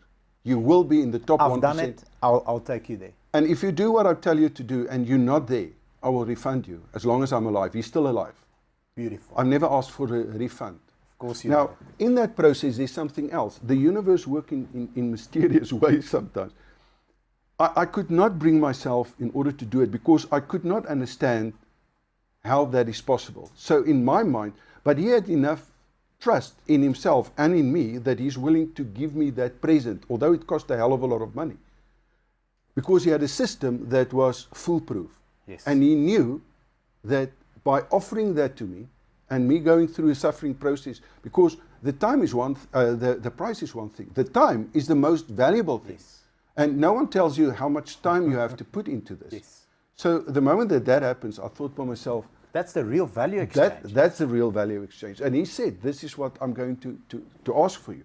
So I couldn't see that. But then something amazing happened. I told Tanya about this. She said, no, let's stick to this plan. We pay off our debt, blah, blah, blah, the whole story. I read a book, a Reader's Digest, a condensed story. And this story is about the old man that was very wise. And people from many, many years ago in the East, and people would travel great, great distances, and they would barter. Some would give eggs, and some a donkey, and some a mule, and stuff like that. But this young guy decided that he's going to challenge this old man to see if he was really that wise. So he undertook this journey, but he had a plan. And his plan was simply this, to catch a little bird. And when he gets to the old man, he would say to you, sir, is this bird alive or is this bird dead? If the old man says the bird is alive, he would squeeze it to death. And if he says it's dead, he would open his hand and the bird would fly away. Okay. Okay, so he's in a position where he's in total control Of the and he wants to outwit this wise old gentleman. So he undertook the journey. Got to the old man and he's got this bird in his hand. And he said to him, sir, is this bird alive or is this bird dead? And the old man looked at him and he said to him, my son, the answer is in your hand. The answer is in your hand. Now, I want you, in that moment, my destiny opened up immediately because I knew I could find a way to do the course, or I would carry on in my little branch as being number one, but not even in the $1 million round table. You get different levels. $1 million round table, top 3%, quarter of the table, quarter of the table, the top 1%, and top of the table, the top 1% of the top 1%. Here's a person that is willing to speed up this process. I do not have to go through all the suffering. He has already paid the price. 30, 40 years. This is enormous amounts of time that he's put in, plus the expertise to figure this out. He put it in the system. All I have to do is to follow the system. Yeah. It was a no-brainer for me. It's in your hand. It's in my hand. Your destiny is always in your hand, Bobby. And sometimes we are so caught up by the price that we forget the value. And all he did was to show me 5 things. For the whole day, 5 things. And he said, if you're going to do that, you will be as successful as I am. And I did that, and I retired at 37 as top of the table, how long the did it top take 1%. It took me 12 years to be able to do it. Only 12 But I years. saw the results almost immediately. I saw the results literally within a month.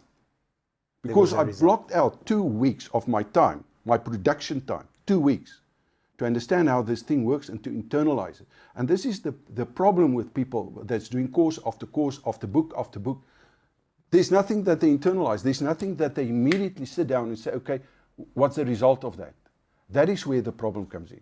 And that is the reason. So, although I was reasonably successful, immediately that took me to a different level. Totally, with 5 points. All the systems are easy on condition that you are prepared to apply that, get the right information in the right order for the level of the game that you're at, and then you have to do it. Right. So that's the process. But you can't sell. There's no ways that I can sell you anything in my life. You have to sell it. I've written a book, The Art of Selling is Never to Sell. So there's no ways that I can sell you something. And this is what he showed us. You can't get a person, the moment that there's a for sale, there's a grudge. Yes. But the moment that you buy, then there were no sales. Yes. And all you have to do is to guide the person on condition that you can add value to that person in order to see that this is what he or she wants. Because then they're going to ask you for that.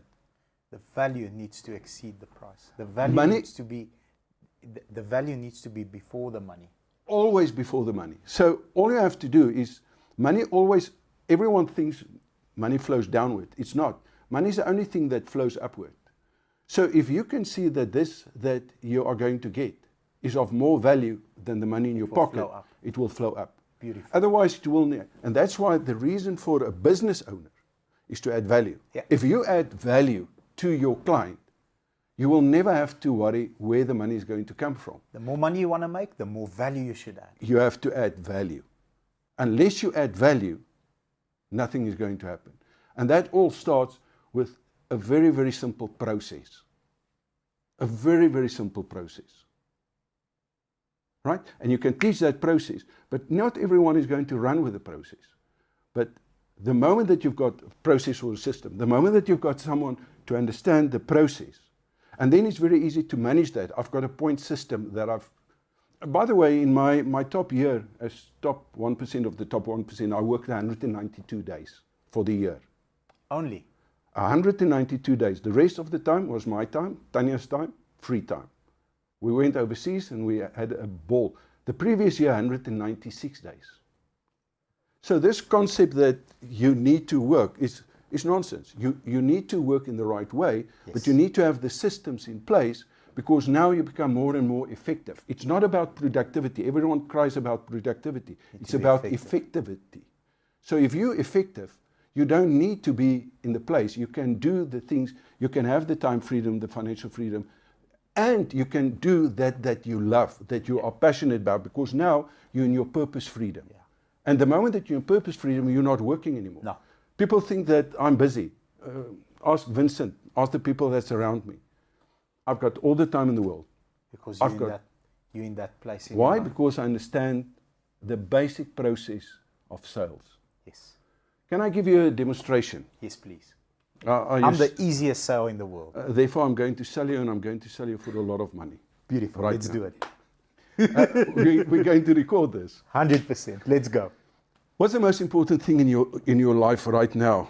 If you can give me a priority list. The health and well-being of the 10 people I love the most is the number one thing in my life. Okay, what is wealth? But that's of other people. Do you know that you've already set yourself up for failure? How? Because you can't control them. I can't. You're right. 100%. So when you set a power goal, the first thing is it must be your goal. It must not be reliable or reliant on someone else, because then it can't be a power goal. 100%. So what's the most important thing? Maybe misunderstood the question. To me. To you. To me. Right now. Yeah. It can change tomorrow, but right now. Right now, the most important thing for me is to do a good enough job where I not extract, but I stimulate you in a way that you provide the most value to the people that are going to see this video. That's the number one most important thing to me, is to do a good enough job so that everybody gets to win after watching your episode right now. Brilliant. I love that. So that is, okay, now let's look on the 7 areas of life. So health. Health. I'm not at a high enough temperature as I would like to be. I do have a plan though, and I know what the process will be to get to my goal. So I've got a goal. I know how long it will take me. It should take me. It will take me, not should. Should is an open word. It will take me 12 weeks to get to my goal, and I know how to get there. It's going to be Okay, very in terms tough. of your relationship, what would you say is the most important thing that you should pay attention to at this stage? Paying attention in my marriage should be Marriage. in my marriage or Okay. relationship. What A relationship can include marriage, family, the whole. So it's a broad area that I'm putting it in. The most important thing for me right now in my relationships is being able to switch off when I leave the office with all the problems it carries, and being present in front of whoever I am and giving them 100% of me at that time. 100%. I think it's fabulous, and that you should be in the moment and leave all the worries and the headaches and I want to so give that you you can. 100% right now. Okay. The In best your version in of your me. business, you don't have to measure figures and stuff like that. In but my business, the most important thing for me right now is training. training. Okay, let's stop there. What would you say of these three things are the most important to you? To me, my relationships, because that will lead to my pursuit of the best version of me, because relationships affect the business, the marriage, the friendship, everything else. That's I the most love that. important thing That to is. me. Okay, now tell me why. Because I'm wired in a way that I'm a happy person, but making other people happy brings me more happiness. Makes you happy. Yeah, but Okay. I'm naturally happy. I wake Yeah. up very happy. I'm blessed and thankful, but making other people happy just boosts that happiness. Okay, and let's assume that you're in a position where you are happy, like you are. I'm very happy Okay, you're very happy, but why do you still do it? What's the reason behind that happiness? because What's the most important thing about being happy to you? being happy is a momentary thing, but I've got a goal that I need to achieve in each area of my life.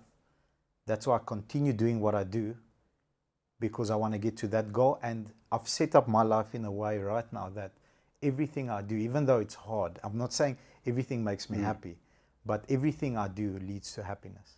Business, colleagues, wife, I'm a son. I'm not a father yet. You know, that's something that I aspire You're to. trying. I'm trying. The best that you can. Okay, that's the best good. that I As long can, as you yes. tried. So Bobby. my version of happiness is what's next. That's gonna make me happy. How am I thinking, processing issues? How am I looking? How am I walking? How am I speaking? How am I leading a team? 2, 3, 4 months from now, is that makes me happy and excited. That Okay, gets me fired up. let's say all of that has happened. Yeah. You are there. Why did you do that? What's behind that? What's the most important thing about being happy and helping other people to be happy that surrounds you? It's not to have the Ferrari or not to have the financial reward. It's to have the processing power of a person that can achieve that. And then I don't know if it's a good, bad, or ugly thing. I'm never satisfied. I'm never ever. It's like this breath of air is very important, but it's not as important as the next one, because if I don't get the next one, I'm gonna die. So I'm never satisfied. Do you know that you've just made a movie mistake? Please help me. If you don't get the present, you'll never get the next one. I'm very happy about the present. So I'm very blessed to have this breath of air, but this right now is awesome, but I need the next one. Okay, let's say that there's a process that you can follow. Okay? Okay, and the process is simply to make sure that you're in that environment where not only are you totally content like what you are, but you've got it in all areas of your life. It's very difficult. And on top of that, Very difficult. on top of that, right? It's a guaranteed process, by the way. That's very difficult. Right? Difficult or not difficult, it's guaranteed. And it can put you in a position where you can start to discover your purpose, which you already have. And that is to help other people to become the best that they can be in the different areas of your life. Yeah. Is that something that you would say is important? Very. Why? Because not that it will give me meaning of life. I've already got I've already got a goal. I don't know how to do it in every area of my life. In certain areas, my temperature is very high, but in certain areas, it's not. So it's extremely important, because that gets me to the best version that I can be in all areas. It's extremely important. But that's enormous. Now, let's assume 5 years, 10 years, 20 years from now on, you look back at your life and you haven't achieved that. How will that make you feel? No, I think I can't describe that. You know, feeling. for most people, that's going to happen. Yeah, I know, but I can't describe that feeling. I can't. If you could. Miserable. I think that's the one word that comes to mind. Miserable. And? Just sour. Just sour and unhappy. Unhappy. Would that bother you? A lot. Definitely. Definitely. Let me ask you something weird, Bobby. Let's assume there's a process or a method or something that you can follow in all 7 areas of life, that you'll have their happiness, where you'll live your life and be the best you that you can be. And on top of that, help thousands of other people, not only the people very, very close to you in terms of your business relationship and your personal relationship. Of course, you're going to focus on the business to grow the business, because that is where you're going to have a massive, massive impact on other people's life. That fuels choices, and it gives me the opportunity. The more money we make, the more money we can give away. Okay, which is incredible thing to do, which gives you the satisfaction. Yeah. But the moment that you start giving money away, Bobby, I can almost guarantee you that is not the purpose. The purpose is for the feeling that it's giving you.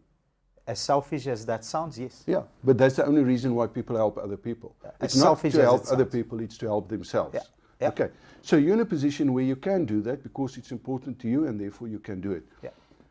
If I can offer you a product or a service that can guarantee that, what are you willing to pay for something like that? There's no, I mean, that's the ultimate win. I don't think I can't comprehend the price on it. No, if you could. I can't. No, you can. In other words, how valuable is this if this can take the business from where it is to where you want to be, your relationship from where it is to on. Say someone come in and they say it's going to cost you 5 million. Will you pay 5 million for it? Absolutely, because if you think of the reward that you can provide other people, not only myself, but other people, it's money well spent. Just like you did, three months worth of salary has changed not only your life, your immediate family's lives, and thousands of people that follow you on your channels, because you took those 5 things and you grew them. Okay, now I'm going to test you. Are you willing to pay me for this book 5 million? Is that the book? Is that the book that gets me there? Yeah. Wow, that's a true test. I'm testing you. Test. You see, there's a huge difference between saying and doing. And doing. Immediately, it's easy to say, this is what I'm going to do. You've taught me a life lesson. Right. It's very easy to say, this is what, but do it. Because unless you do it, there's no result. If there's no result, that you just said will not come true. Yeah, you taught me a life lesson. 100%. Because now I need to go and as you did, go and rationalize what I've just said. Yeah. Rationalize, make the sum, make the conscious decision. Is it really worth 5 million? And go and put the negatives and the positives together and outweigh on a page which one is more Okay, prominent. what if I give you a guarantee? We put this in a trust account. We give it a 5-year go. In 5 years, if you haven't achieved everything that you've just mentioned to me, the 5 million is yours. I don't want it.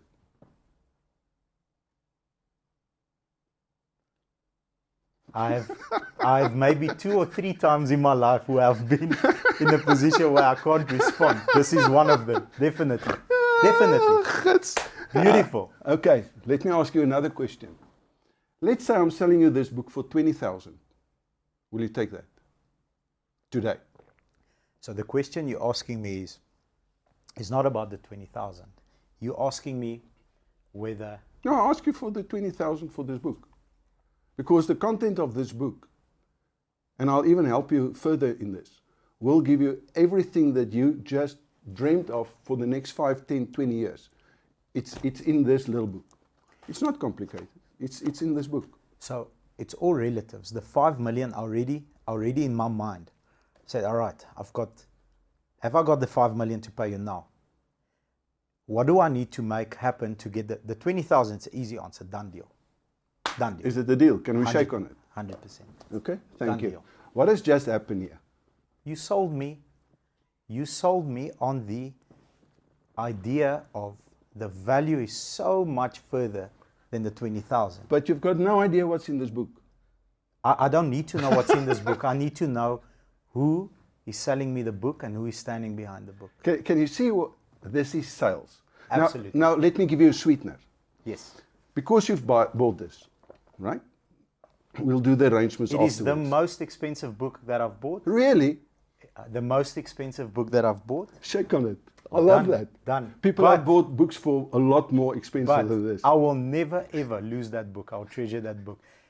I'll pay you 20,000 rand. It's already done. But I ask of your signature inside, please. It's already there because I knew that you'd do it. That's a true salesman. It's already written. Read what stands there. Bobby, may this book help you to become the best you that you can be. The blueprint to go from ordinary to extraordinary. Uncle Hannes, Dr. Hannes Dreyer, PhD. Thank you so much. Thank you very, very much. It's your book. You can do with it whatever you want. EFT, now, can I add more value? EFT will come straight after this. Thank you. Yes, please. Can I add more value? There's a course that goes with this that's immediately going to put you in a total sphere. For the first time, you're going to understand, and I want you to actually do the course before you read the book. Okay. So there's a workbook that goes with that. Then there's a course we call the Quantum Awakening. Okay. In the Quantum Awakening, I'm going to take you through the 10 environments. It's also in the book. The 7 areas of life. How to set the goal, the 5 areas to do. But I'm going to explain that in plain English on how to do that. But here's a condition. The deal is not done. That course will only be available for 7 days. Okay. After 7 days, I close it. Okay. If you haven't done it, the 20,000 is mine. You've got the book in exchange for that. Only 7 days. It's going to take at least a half an hour per day. Beautiful. Plus, you have to give me feedback. 100%. In the course. 100%. Okay. Done. Then we've got a deal. 100%. Now, can we add more value? Absolutely. So before we do that, where can other people find this book? Okay, I love this. Now, here's the value. Because you've paid the price, you immediately become a conduit in order to spread this to other people. Where? Is it okay if we give other people for free the book that you've just paid 100%. 100%. Are you sure? If it gives anybody a minute percentage of value that it's given me already before reading the book, it's the best money I've ever spent. All right. Now, we give them the course as well. But we only give them 7 days. My system can handle that. In other words, from the moment that maybe they watch this video 10 years down the line. Yeah. But from the moment that they open that, they've got 7 days to do the whole course with the compliments of Bobby. 100%. Right. Why do you want to do that? Because I want to add value. I want to give the people that are on this, I think the tools, if I may, the tools and the knowledge to be successful. Now, let's take it. Here's a person walking into the sales room here. Difficult to give someone that. No. Wait a bit. That person, what is he busy doing? When a person walks in here. What is it that he wants to achieve? He wants to solve a problem. He wants to solve a problem. Yeah. Okay, that car is going to solve his problem. Correct. But that car is also his dream. Because that car is going to be the best car that he possibly can afford. And he's going to go through a massive amount of sacrifices in order to get that car. Yes. Because he has to pay. Most people have to pay their cars. 100%. Now check here. What if you start adding another value in terms of the video, but also the moment that the deal is done, you say to him, there's a way that I can help you. Maybe, maybe not. But in 5 years from now, you're going to come back to this dealership. You're going to buy your dream car cash on one condition. you do what you've got there In 7 days. in 7 days. Yeah. And you follow that, and then you apply that in your life. Do you think that that will add value to other people? So I've got an interesting answer to you, because the instinctive answer will be for people to think yes. Bobby will say yes. It's very, very difficult, because I train people. It's difficult to give someone something. It's very easy to take it from someone. It's difficult to give someone. I can go and make a case. I present a case. So I come up, I say, right, you guys are 17, 18, 19, well, 18, 19, 20 years old. You all want to make money. You all want to sell lots of cars and buy a Porsche and live in an estate and all that. The part which you discount is the hard work. I can teach you the skill and the process, but I can't teach you the fire. I can't teach you the hard work. I can't teach you that. You need to have brought that in with you today. So I'm going to answer your question that way. If you tell somebody that this book will add value in all 7 areas of their life, they'll all be excited and they'll all want the book. But will they read it? 99% no. It's not your worry. 99%. Because you gave them the opportunity to do that, 100%. and you paid the price. 100%. Right. And then maybe you refer them to this video. Yes. So that they can start getting the value. And 100%. you've only got 7 days in order to be able to give it to them. Okay, Bobby, I'll make you a further deal because you've bought the book. What about I share with your salespeople? It's about an hour. Not all of them are going to agree, and not all of them, and that's not the purpose. What if I share with you what I've done to be in the top 1% of the top 1% in my industry, and how you can incorporate that and implement that to the people that are interested in that? Those are going to be the people that's serious. Not everyone, right? You need to commit to your most valuable commodity, which is time. Absolutely. This is time. So the moment that they're willing to do that, I'm willing to give them an hour of my time, share with them and show them the system that I've used in order to be in the top of the table. And it's included in the book on condition that you are prepared to do that and that you want to do it. 100%. Beautiful. Can we set it up? Absolutely. Beautiful, beautiful, beautiful. I can't Okay. wait. I know of 7 people that will finish the course in 1 day. Can the course be finished in 1 day? No. It has to be done over 7 days. No. Here's another thing. You see, the purpose of that is not to finish the course in 1 day. The purpose is to implement what's in the course. Okay. So it's 7 days for them to get the information, but then they've got the information for life. So Understood. I'll give it so that you can download it. Okay, understood. Right. So now they start with the process. And the process is you take the first video. At the end of the first video, there's a little assignment. Okay. You do the assignment in order to implement that, to see how you changed. internalize that and how can you use that in your life. And this is the next time before anyone reads a book or listens to a video, what's your intent? What do you want to get from this? Because the moment that you set the intent, you're going to get your answer. I've got an answer for that. Okay? A sales book. I pick up a sales book, I look at it. I want this book to make me 500,000 Rand. That's my intent. I want this book to make me 500,000 Rand. I read the book, and some books do, some don't. So I before I've learned that, you just taught me that, but I've been doing it my whole life. I pick up a marriage book. I want this book to teach me or help me communicate better with my wife. That's the end goal. It's not all about money. A leadership book. I want the leadership book. John C. Maxwell is my favorite author. Like anything that he's ever written, I've tried to read.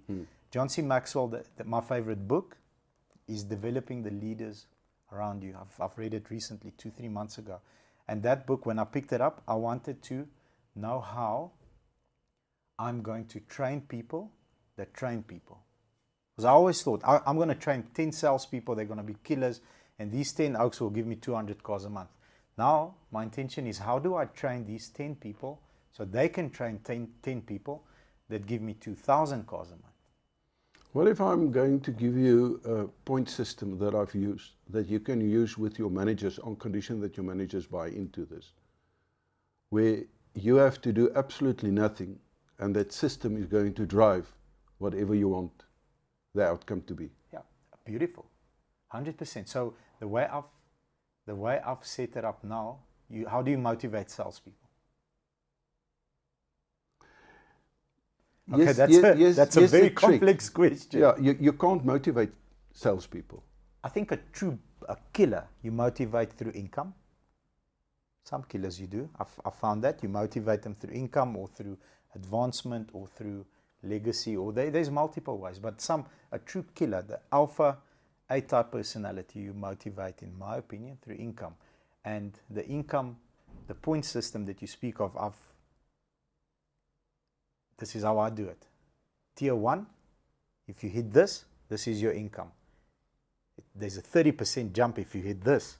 So this second one is motivating him to get out of 1 to 2. And then there's a third one. What if that's got nothing to do with that? Because money does not motivate people.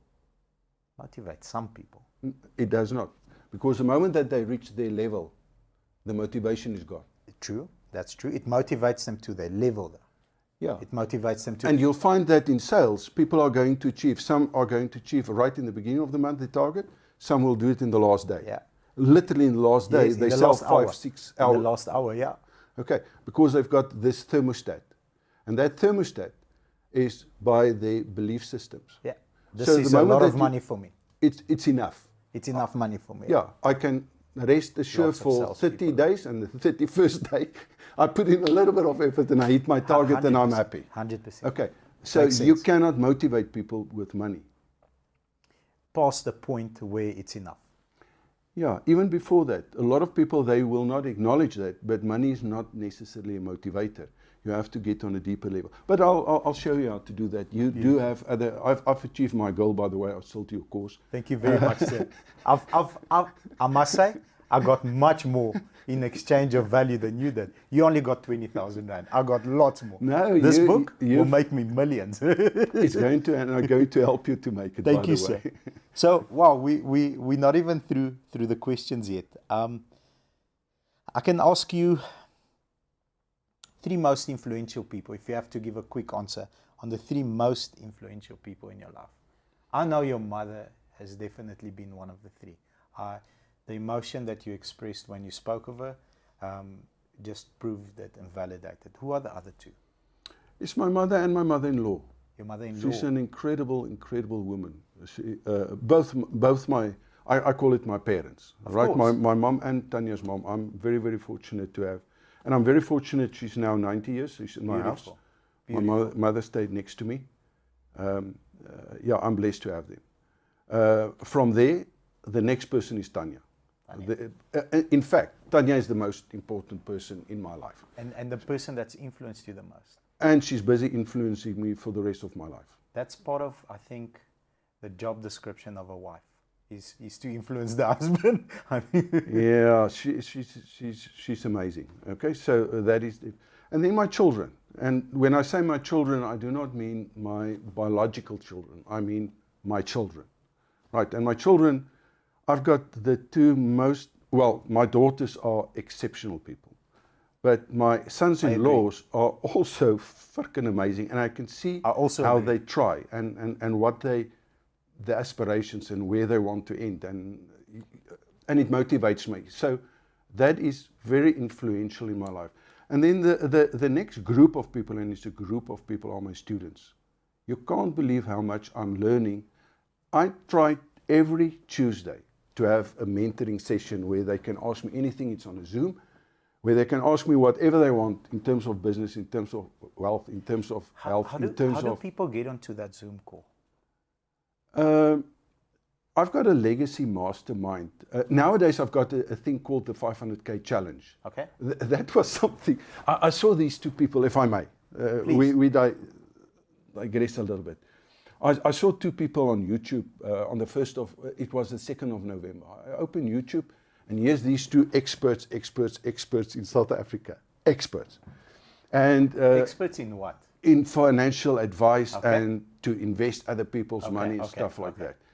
And a client actually, the one gentleman said he's going to invest globally, and that's his focus. So with the Rand exchange, he believes that there's a lot more value with... That's volatile. With investing in top companies overseas than in South Africa. Okay. So he's taking their money through unit trust and stuff like that to overseas. And the other guy says, no, local, there's so much value, especially with this COVID story that happened, that it's unreal. This is where he's going to invest. But both these people are very well known. So a client literally gave them 500,000 each, and he says, okay, sort this out. Who's the best? Okay. In 5 years' time. We want to see in 5 years' time who's going to give the best. Yeah, is it local or global? Yes. And when I saw that, I thought, these guys are messing around because they don't tell the truth. They think it's the truth, and to them it's serious, and they are great people. They are, but they don't know that they're confoculated. What does that mean? Confoculated is a mental state of mind when you do not know that you don't know what you're supposed to know. Right? So you do not know that you don't know what you're supposed to know. You confoculated. You're totally confoculated. And the financial industry is confoculated because they've got no idea how to get a 20,000, a 30,000, a 1,000,000% growth. They've got no idea. They've got no idea what risk is because they keep on the standard deviation of price fluctuation. Yeah. This is the stuff that I learned at university, and as a financial planner. That's the fractional That's system. a fractional system. That's the one on this side, yeah. This is a financial system. So that financial system cannot give you, unless you reach already, and then you think, because everyone tells you, listen, the general index is 8%, you're getting 18%, therefore you outperform the general indexes by 10%, and therefore it's a great investment. But it's the worst investment that you can ever make in your life, but you trust someone else. Now, we should be very, very careful because it's two types of people. The one person is not prepared to take the responsibility, and for them, that is perfect. Yes. Because it's 1,000,000 times better than doing nothing. But then there's a small group of people that says, I am willing to learn these skills, but no one is teaching the skills to me. So I took on a challenge and I said, okay, I will outperform not only them. There's 1,385 funds, last time that I checked, in South Africa. I will take on them all, and I will outperform them with at least 100%. But not only them. With how much? With 100% over a 5 year. Okay. Not only them. I'm going to outperform the best fund manager in the world, including hedge fund managers, all the fund managers. I'm going to outperform that person by at least 100%. On top of that, and I'm prepared to document this whole process. Okay. Okay, and my students can follow me to see exactly what I'm doing. Right. And I'm going to do it for less than 1% of the risk. So that client, the risk that he's taken was 1,500,000 each. Yes. I will do it with less than 100 rand. Okay. And that process is being documented. When did you start? 2 months ago. On the 1st of November. That was when I saw it on the 2nd of November, and I think on the 3rd of November, I sent out the email to my database and I said, this is what I'm going to do. Take it or leave it, you don't have to follow. I've started with less than 100 rand. We had, on the 1st of, by applying the wealth creator strategy, this is a condition. On the 1st of January this year, we were at 814,000 rand already. From 100 rand a month ago. You've been... Total investment 100 rand. Okay. Okay, now immediately I see, okay, so you have to reset. Yes. You have to, you can't think the way that you were thinking before. To achieve those results. It's impossible. Yeah. So on the 500,000, I'm 62% up already, but it only cost me 100 rand. Yeah. So I'm taking the 500 challenge, but from there, I'm 62 because we had 800, I think it's 814 or 816, I have to check. But it's 62% up already on them. It's going to take the average person will not get 62% in 5 years. No, will not. Not at the rate that most safe investments work. This is the power of this that I want to add, and that we can add. So if there are people that wants to follow, including you, I don't think there's anyone else that wants to miss this. Okay, and that now is part of the Legacy Mastermind, which is a mentoring course. I understand, and that's where people have access to you and ask you, what if this happens? Yeah, what if this happens? What if this happens? But it's not for everyone. So we've got different levels. I would say I'm going to have a webinar. I don't know when this is going to go out, but we'll add a link to invite them. First of all, Is it okay if we give this book and the formula and the whole caboodle for 7 days Absolutely. to anyone that comes on the internet? Absolutely. Okay. Absolutely. Thereafter, it's theirs. They can decide what to do. 100%. And then we will invite them to any webinar. Plus, they'll have full access to all the YouTube videos on the 500K challenge. 100%. That will be awesome. Yeah. I'm going to follow it with popcorn and just watching every single You're not video. going to eat. You're just going to watch. Beautiful. Awesome. We will definitely put up the link below the video so that you can click. There's already multiple links, but I think we should, our team will take time and describe each and every link and what you can achieve by clicking on that link. Yeah. Awesome. Thank Okay. you very, very much. Beautiful, beautiful, beautiful. Best advice you've ever received? If you had like a 1-sentence advice, and best advice that you can give to the viewers. Trust, but verify. Trust but verify. That's the best advice that you've received, and that's the best advice you would like to share. The best advice that I can share is trust yourself. Trust yourself. Believe in yourself enough to give yourself a chance. Beautiful. Because people are not prepared to discover who they are, and that enormous potential. But you have to unleash the potential. So the potential was given to you in your DNA. It was given before you were born, right? The potential must cry for mercy. That potential must cry, because that is how you unlock value. Yeah. So people do not understand how valuable they are. Yeah, they don't. They The truly value can only be unlocked the moment that you unlock the potential. And the potential is through skills. The only way that you can unlock potential is by having the skill. The skill is the key to unlock the potential to unleash the value. Makes perfect sense. And unless you're prepared to do the work, you can't develop the skill, which will then never develop the value. You will never develop the value to become the best you that you can be.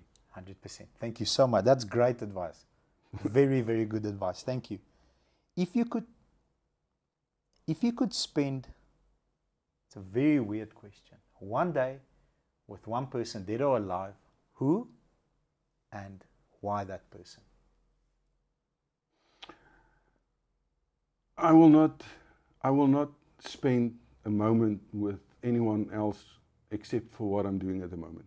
Beautiful. That's a very nice place to be in your life. I don't, if I want to find out something, to spend a whole day is to waste a whole day. So I'll rather dedicated focus. So I'll do a Google search as an example to get to that Piece is of golden important nugget. at the moment Right in my now. life. Okay. Okay, because otherwise you get a lot of people, they attend the whole course, they want to be in the presence of a guru, and they walk away with absolutely nothing. Yeah. So Fired up for a moment. yeah. But you've put me on the spot. I can count at least 5 times. Minimum 5 times. I'm going to put you on the spot. One person. If you could spend a Google search time of a compressed article with one person, who and why? One person that you would like to spend a half an hour with. I can tell you the person, another person that had a massive impact on me, Warren Buffett. Warren Buffett. Yeah, So- and it's weird because he's got a book, he hasn't written the book called Snowball. Okay, Snowball. The Snowball, right, by Warren Buffett. It's a thickish book. But when I read that book, I wanted to, I compare that to the Formula for Riches because I want to get into the person's mind to see if he or she's a wealth creator, right, and what I can learn from him or her. In your opinion, is he a wealth creator? He's a wealth creator. Absolutely. Absolutely. Because he built his wealth not with Berkshire Hathaway, and that's what people don't understand. He built his wealth from $100. It cost him $100 for all of that. But the first 8 years is where he got the explosive growth. And this is the area that I'm focusing on to show people how explosive that growth can be. And then he bought into Berkshire. His performance the last couple, 10 years is miserable. But he's sitting with such a huge portfolio. So that person is definitely, you have to study him or her. You know, the moment that you've got a person that you see as a mentor, but you have to study that from where you are in your life at the moment. Yes. And how can you apply that I will never invest like Warren Buffett. I think it's stupid. I think there are far better ways. And in the beginning, I know that I can outperform, and my students can outperform, and you can check that on Google, right, on YouTube. But to have that consistency for 55 years, that is mind-boggling. Outlasting your competitors is normally where you beat them. Yeah, 100%. So I think that would be a person that. Another weird question. If you could be a fly on the wall, where there's a room, maybe 2 people, 4 people, 50 people are having a discussion, which room and who's in the room and what are they talking about? No, it's easy. I'd like to be in this room when I leave. When you leave. Beautiful. So I'll tell you the discussion that happens when you leave. I'll tell you the future. There you go. When you refer to this conversation, I'd like you to know what there's what was the conversation. There's 3 people off camera. The first thing will be coming out of my mouth. This is probably the most exciting investment I've made. I can't wait to see the ROI of this investment. And I'm going to tell this book, you need to make me 10 million rand, minimum 10 million rand. And you need to help my team use that point system where I don't need to drive them every day. Come on, get onto your target. That's the first thing out of my mouth. The second thing out of my mouth, the videographer in the room is going to say, this is the best interview that we've ever had. So will the other 2 people in the room. I can tell you that, guarantee you that. That's the conversation. I'd like to hear the swearing afterwards. No swearing. Okay. No swearing. 100% That's fine. no swearing. Right. Awesome. Okay, first car. After all, we do run a dealership. We do have our core business is cars, and we do have a massive passion for cars. So I've sort of tracked your car history. Some of the cars that you've owned, I thought were phenomenal. You hated. So I'm scared to ask what's your favorite car, because it'd probably be something different to mine. But what was your first car you ever owned? It was a Fiat 128, one of these small boxy. That you owned and you drove? Yeah. How did you fit? You are 2 meters tall. No, there's more than enough space. If you haven't got money, you fit in any car. Okay, so it's better than walking. It was actually my mom's car, right? Okay. And I think she I was if you haven't got money, you fit in Palaborwa, whatever you. right? I took my money to try to start a business, and maybe she was wishing that I could visit her or something. So she had a 128. A brown Fiat. Yes. Right. And she said, after many months, she said to me, if I'm prepared to take over the payments, I can have the car. Beautiful. Which was 64 rands a month. But it was a lot of money for me at that stage. So so she gave the deposit, she paid off a lot of on the car, and then she said, okay, but you can have it. And yeah, I'm thankful for her. My first car, that car, by the way, was not on my name. It stayed on her name because there's cost involved and stuff like that. So my first car that I bought was absolutely the biggest dud. It was a Fiat Mirafiori 131. 131 Fiat. Yes, it brilled. It had this, the brrr, you could hear me a mile away. And but that car was an accident. I bought it at 6,000 Ks, but the salespeople didn't tell this to me. Sure. Right. So it was literally skew. And what happened then was they kept me on the line. Okay, I can still use my car, and then they have to do something about the car. There was a problem. And that became like 3 weeks. And then when I got into the car, I knew there was a problem. I went back to the bank. The bank said, no, sorry, it's too long. We're not going to. Oh, so and then I went back to the salesman, and I fucking wanted to kill him. His name was Oom Jannie, I swear, Troosbok, because I knew exactly what they were doing. So I walked in, a friend of mine walked with me, and I said, today I'm going to fucking kill you, because you knew exactly what was in this. And he saw that I was going to kill him. He saw that. So he was an old man, maybe 50 or 55, or maybe my age. And he started running around there, and he was screaming like a fucking pig. I swear. He was running around this, screaming, ah! The manager came in, right, and he stopped. He said, whoa, what's going on here?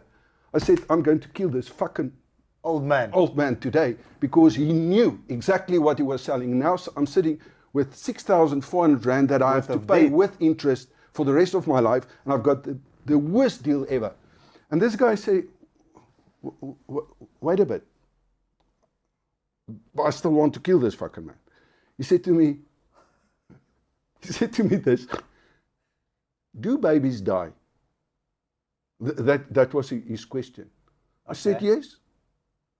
Totally off topic. Yeah. I said, yeah. He said, but then surely we can have there may be a mistake here and we can sort that out. The manager. Yeah, can we? Yes. I said, yeah.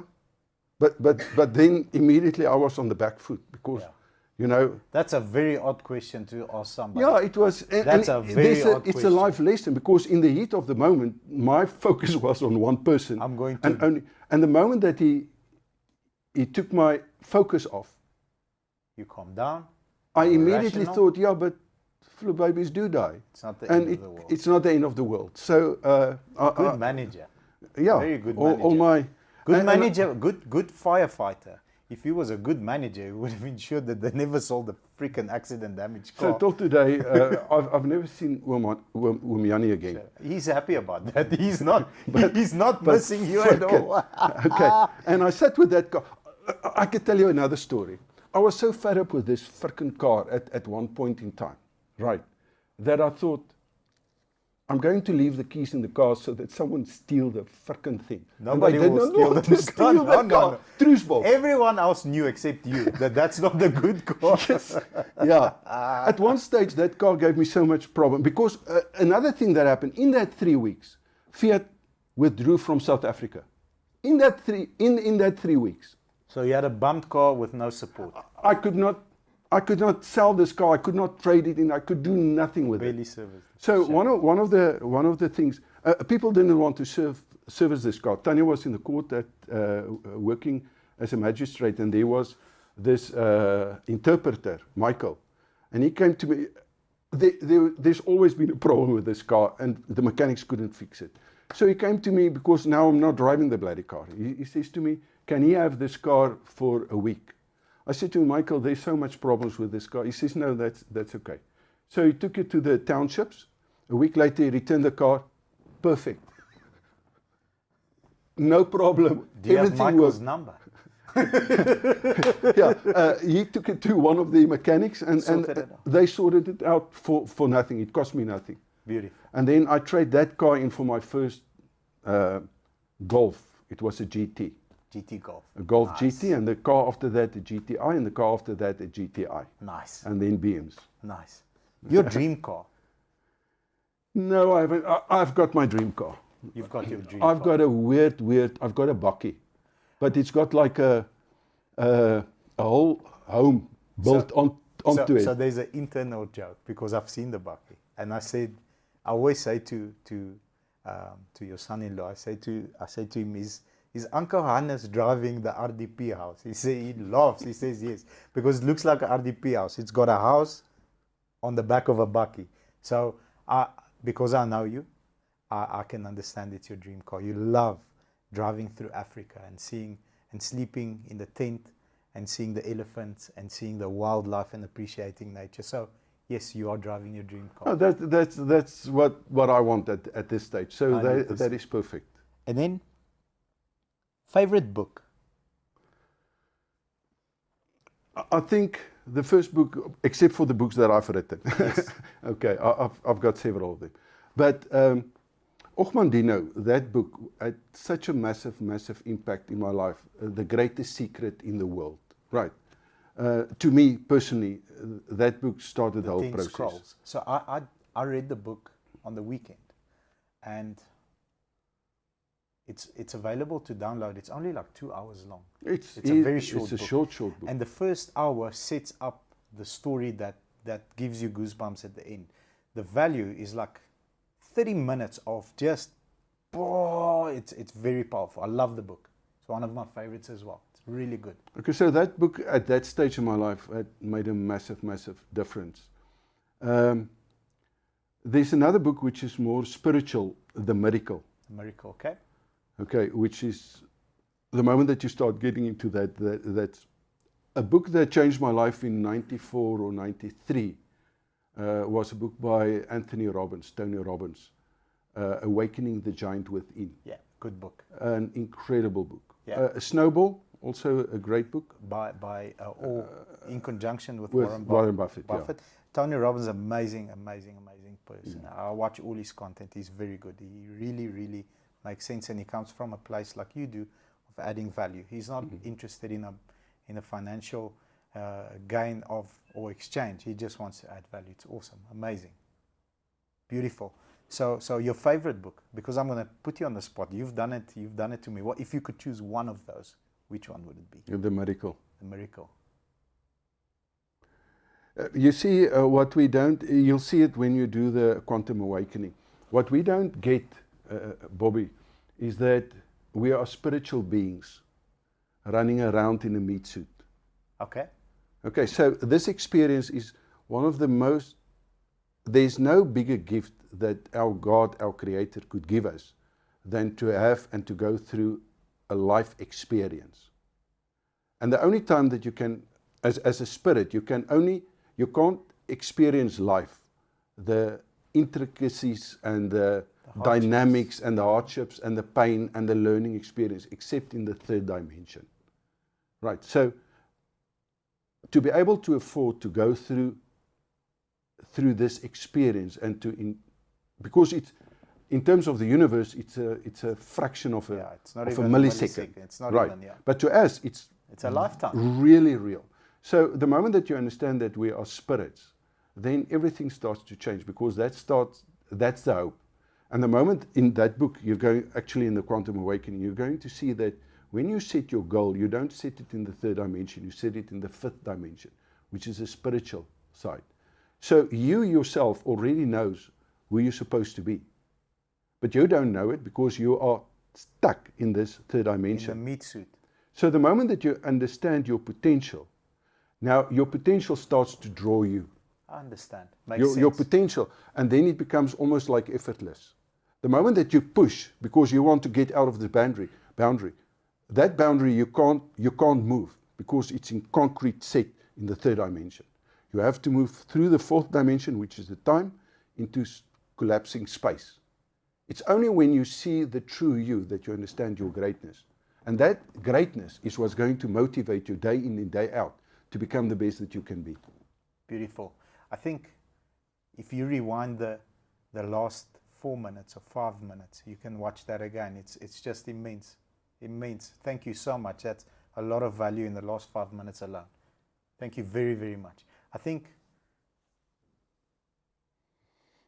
another point in my life where I'm a little bit speechless, I think I can't put, normally when I do an interview, I can put my finger on 2 or 3 key points, deliver them as a closing message and move on. I literally can't. There's no 2 or 3 single things that stood out. They all did. But going forward, what are you currently busy with? Where can people, I want people to have more access to you. I want people to have more of this, because this has just been 2 hours of our lives, which you've shared immense value. But where can people get more? What are you currently busy with? What are you planning to do in the future? I know, your students, if there's viewers out there that want to become students, how do we get in touch with you? Where are your preferred platforms? Where do you like to communicate with people? Is it YouTube? Is it Facebook? And where else can people get some of your content, sir? I think YouTube. YouTube is your preferred platform. Yeah, if you go to YouTube, I've got a lot of content. Try to find the 500K challenge. Okay, we're going to put links on. And then from there on, also I can give you a link. The trick is to get on my database. Yes. So I'm going to give you the link where people will be able to find all this information, on condition that they follow that link. Great. Because other people are going to pay for that. Okay. Great. So by following that, I'll give them access to the Quantum Awakening, to maybe the 91-day challenge, everything that goes with that. Let's call it package deal. Okay. That you've paid now for. Yes. Right. I've paid a great price for it. Yeah, and then from there on, they will keep in touch and they will start joining and see if I add value and if I can add value to them at this stage in their lives. In their life. That's very important. If Yeah. you're 17, how do you gain the value that a 17-year-old needs? And if you're 55, how do you get the value that a 55? Absolutely. Because the needs are different. Absolutely. The needs are and when you see, I'm teaching principles. The moment that you understand a principle, the time falls away. It's as applicable to a 17-year-old as an 80-year-old. Also true, because if you make decision based on principles, it doesn't matter how old you are. It becomes totally irrelevant. And those principles are condensed within the Formula for Riches, which they'll get access to. I'll give that book to them, the ebook version. Beautiful. And that is condensed in that on the intent. Your intent equals your focus. So the formula is how do you apply that in your life with very practical examples. I've written this book many years ago. I did not update and I'm not going to update it. But the principles, that's what I want you to. And then that book is, but before you do that, or the people that's listening, first do the quantum awakening. If that does not grab you, or if it doesn't make sense, forget about the book. You're going to waste your time. Okay. If that makes sense, go to the book, do the workbook with that, and then you in the, let's call it in the inner circle. You'll be invited to webinars. There's on a regular basis that I issue and that I put stuff on, specifically YouTube. I'm also active on Facebook, but more from an advertisement point of view, not from a engagement point of view. So the engagement, if you want to engage, it will be through the link we're going to provide, and it will be through the YouTube channel. Yeah, that's the easiest. And then they can make up their mind. Does it make sense to them, or does it not? If it's not making sense, don't waste your time. It's Mr. Hannes, Dr. Hannes, sir, I can't thank you enough, and I can't express right now at this state the emotion and the feelings that you've created within me, and I'm sure within the people on the video. You have been an alpha male once again. You have taught us so many principles and so many different ways of looking at things that I didn't know. And I'm sure a lot of the viewers didn't know as well. Thank you so much for your time, and all the health and success to you going forward. Thank you very much. And we will be rooting for you. I know in my heart that you will beat all those people that you're up against. And I know you will be successful and you will hit that goal that you've set. Thank you so much, sir. Thank you for inviting me, Bobby. You know, this is my passion. In 2002, I retired at the age of 37, and in 2002, Tanya, I was start getting depressed, and then Tanya said to me, go and teach. I said, what? She said, go and teach this stuff that we've done. And I never ever thought in my life that I would I mean, my relationship with teachers were not what it's supposed to be. And now, actually, I'm a teacher. If you really think about it, I'm teaching. And flip, I can't get enough of that. So the fact that you invited me, the fact that I can share my passion to other people, maybe. And maybe we can change. I know for a fact that I've touched you. 100%. Now we have to keep that. But maybe there's someone else, just one.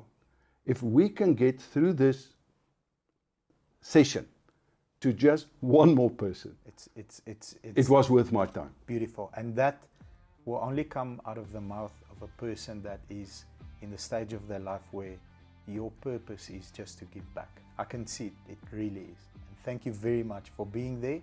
And thank you for us having the opportunity to meet you at that point in your life when you are in this state of mind. I really, really, really had tons of fun. Thank you, sir. Thank you. The fun. I'd like to put you a little bit on the spot. One more time. You handle that perfectly. No so thank you, Bobby. Thank you, sir. Okay.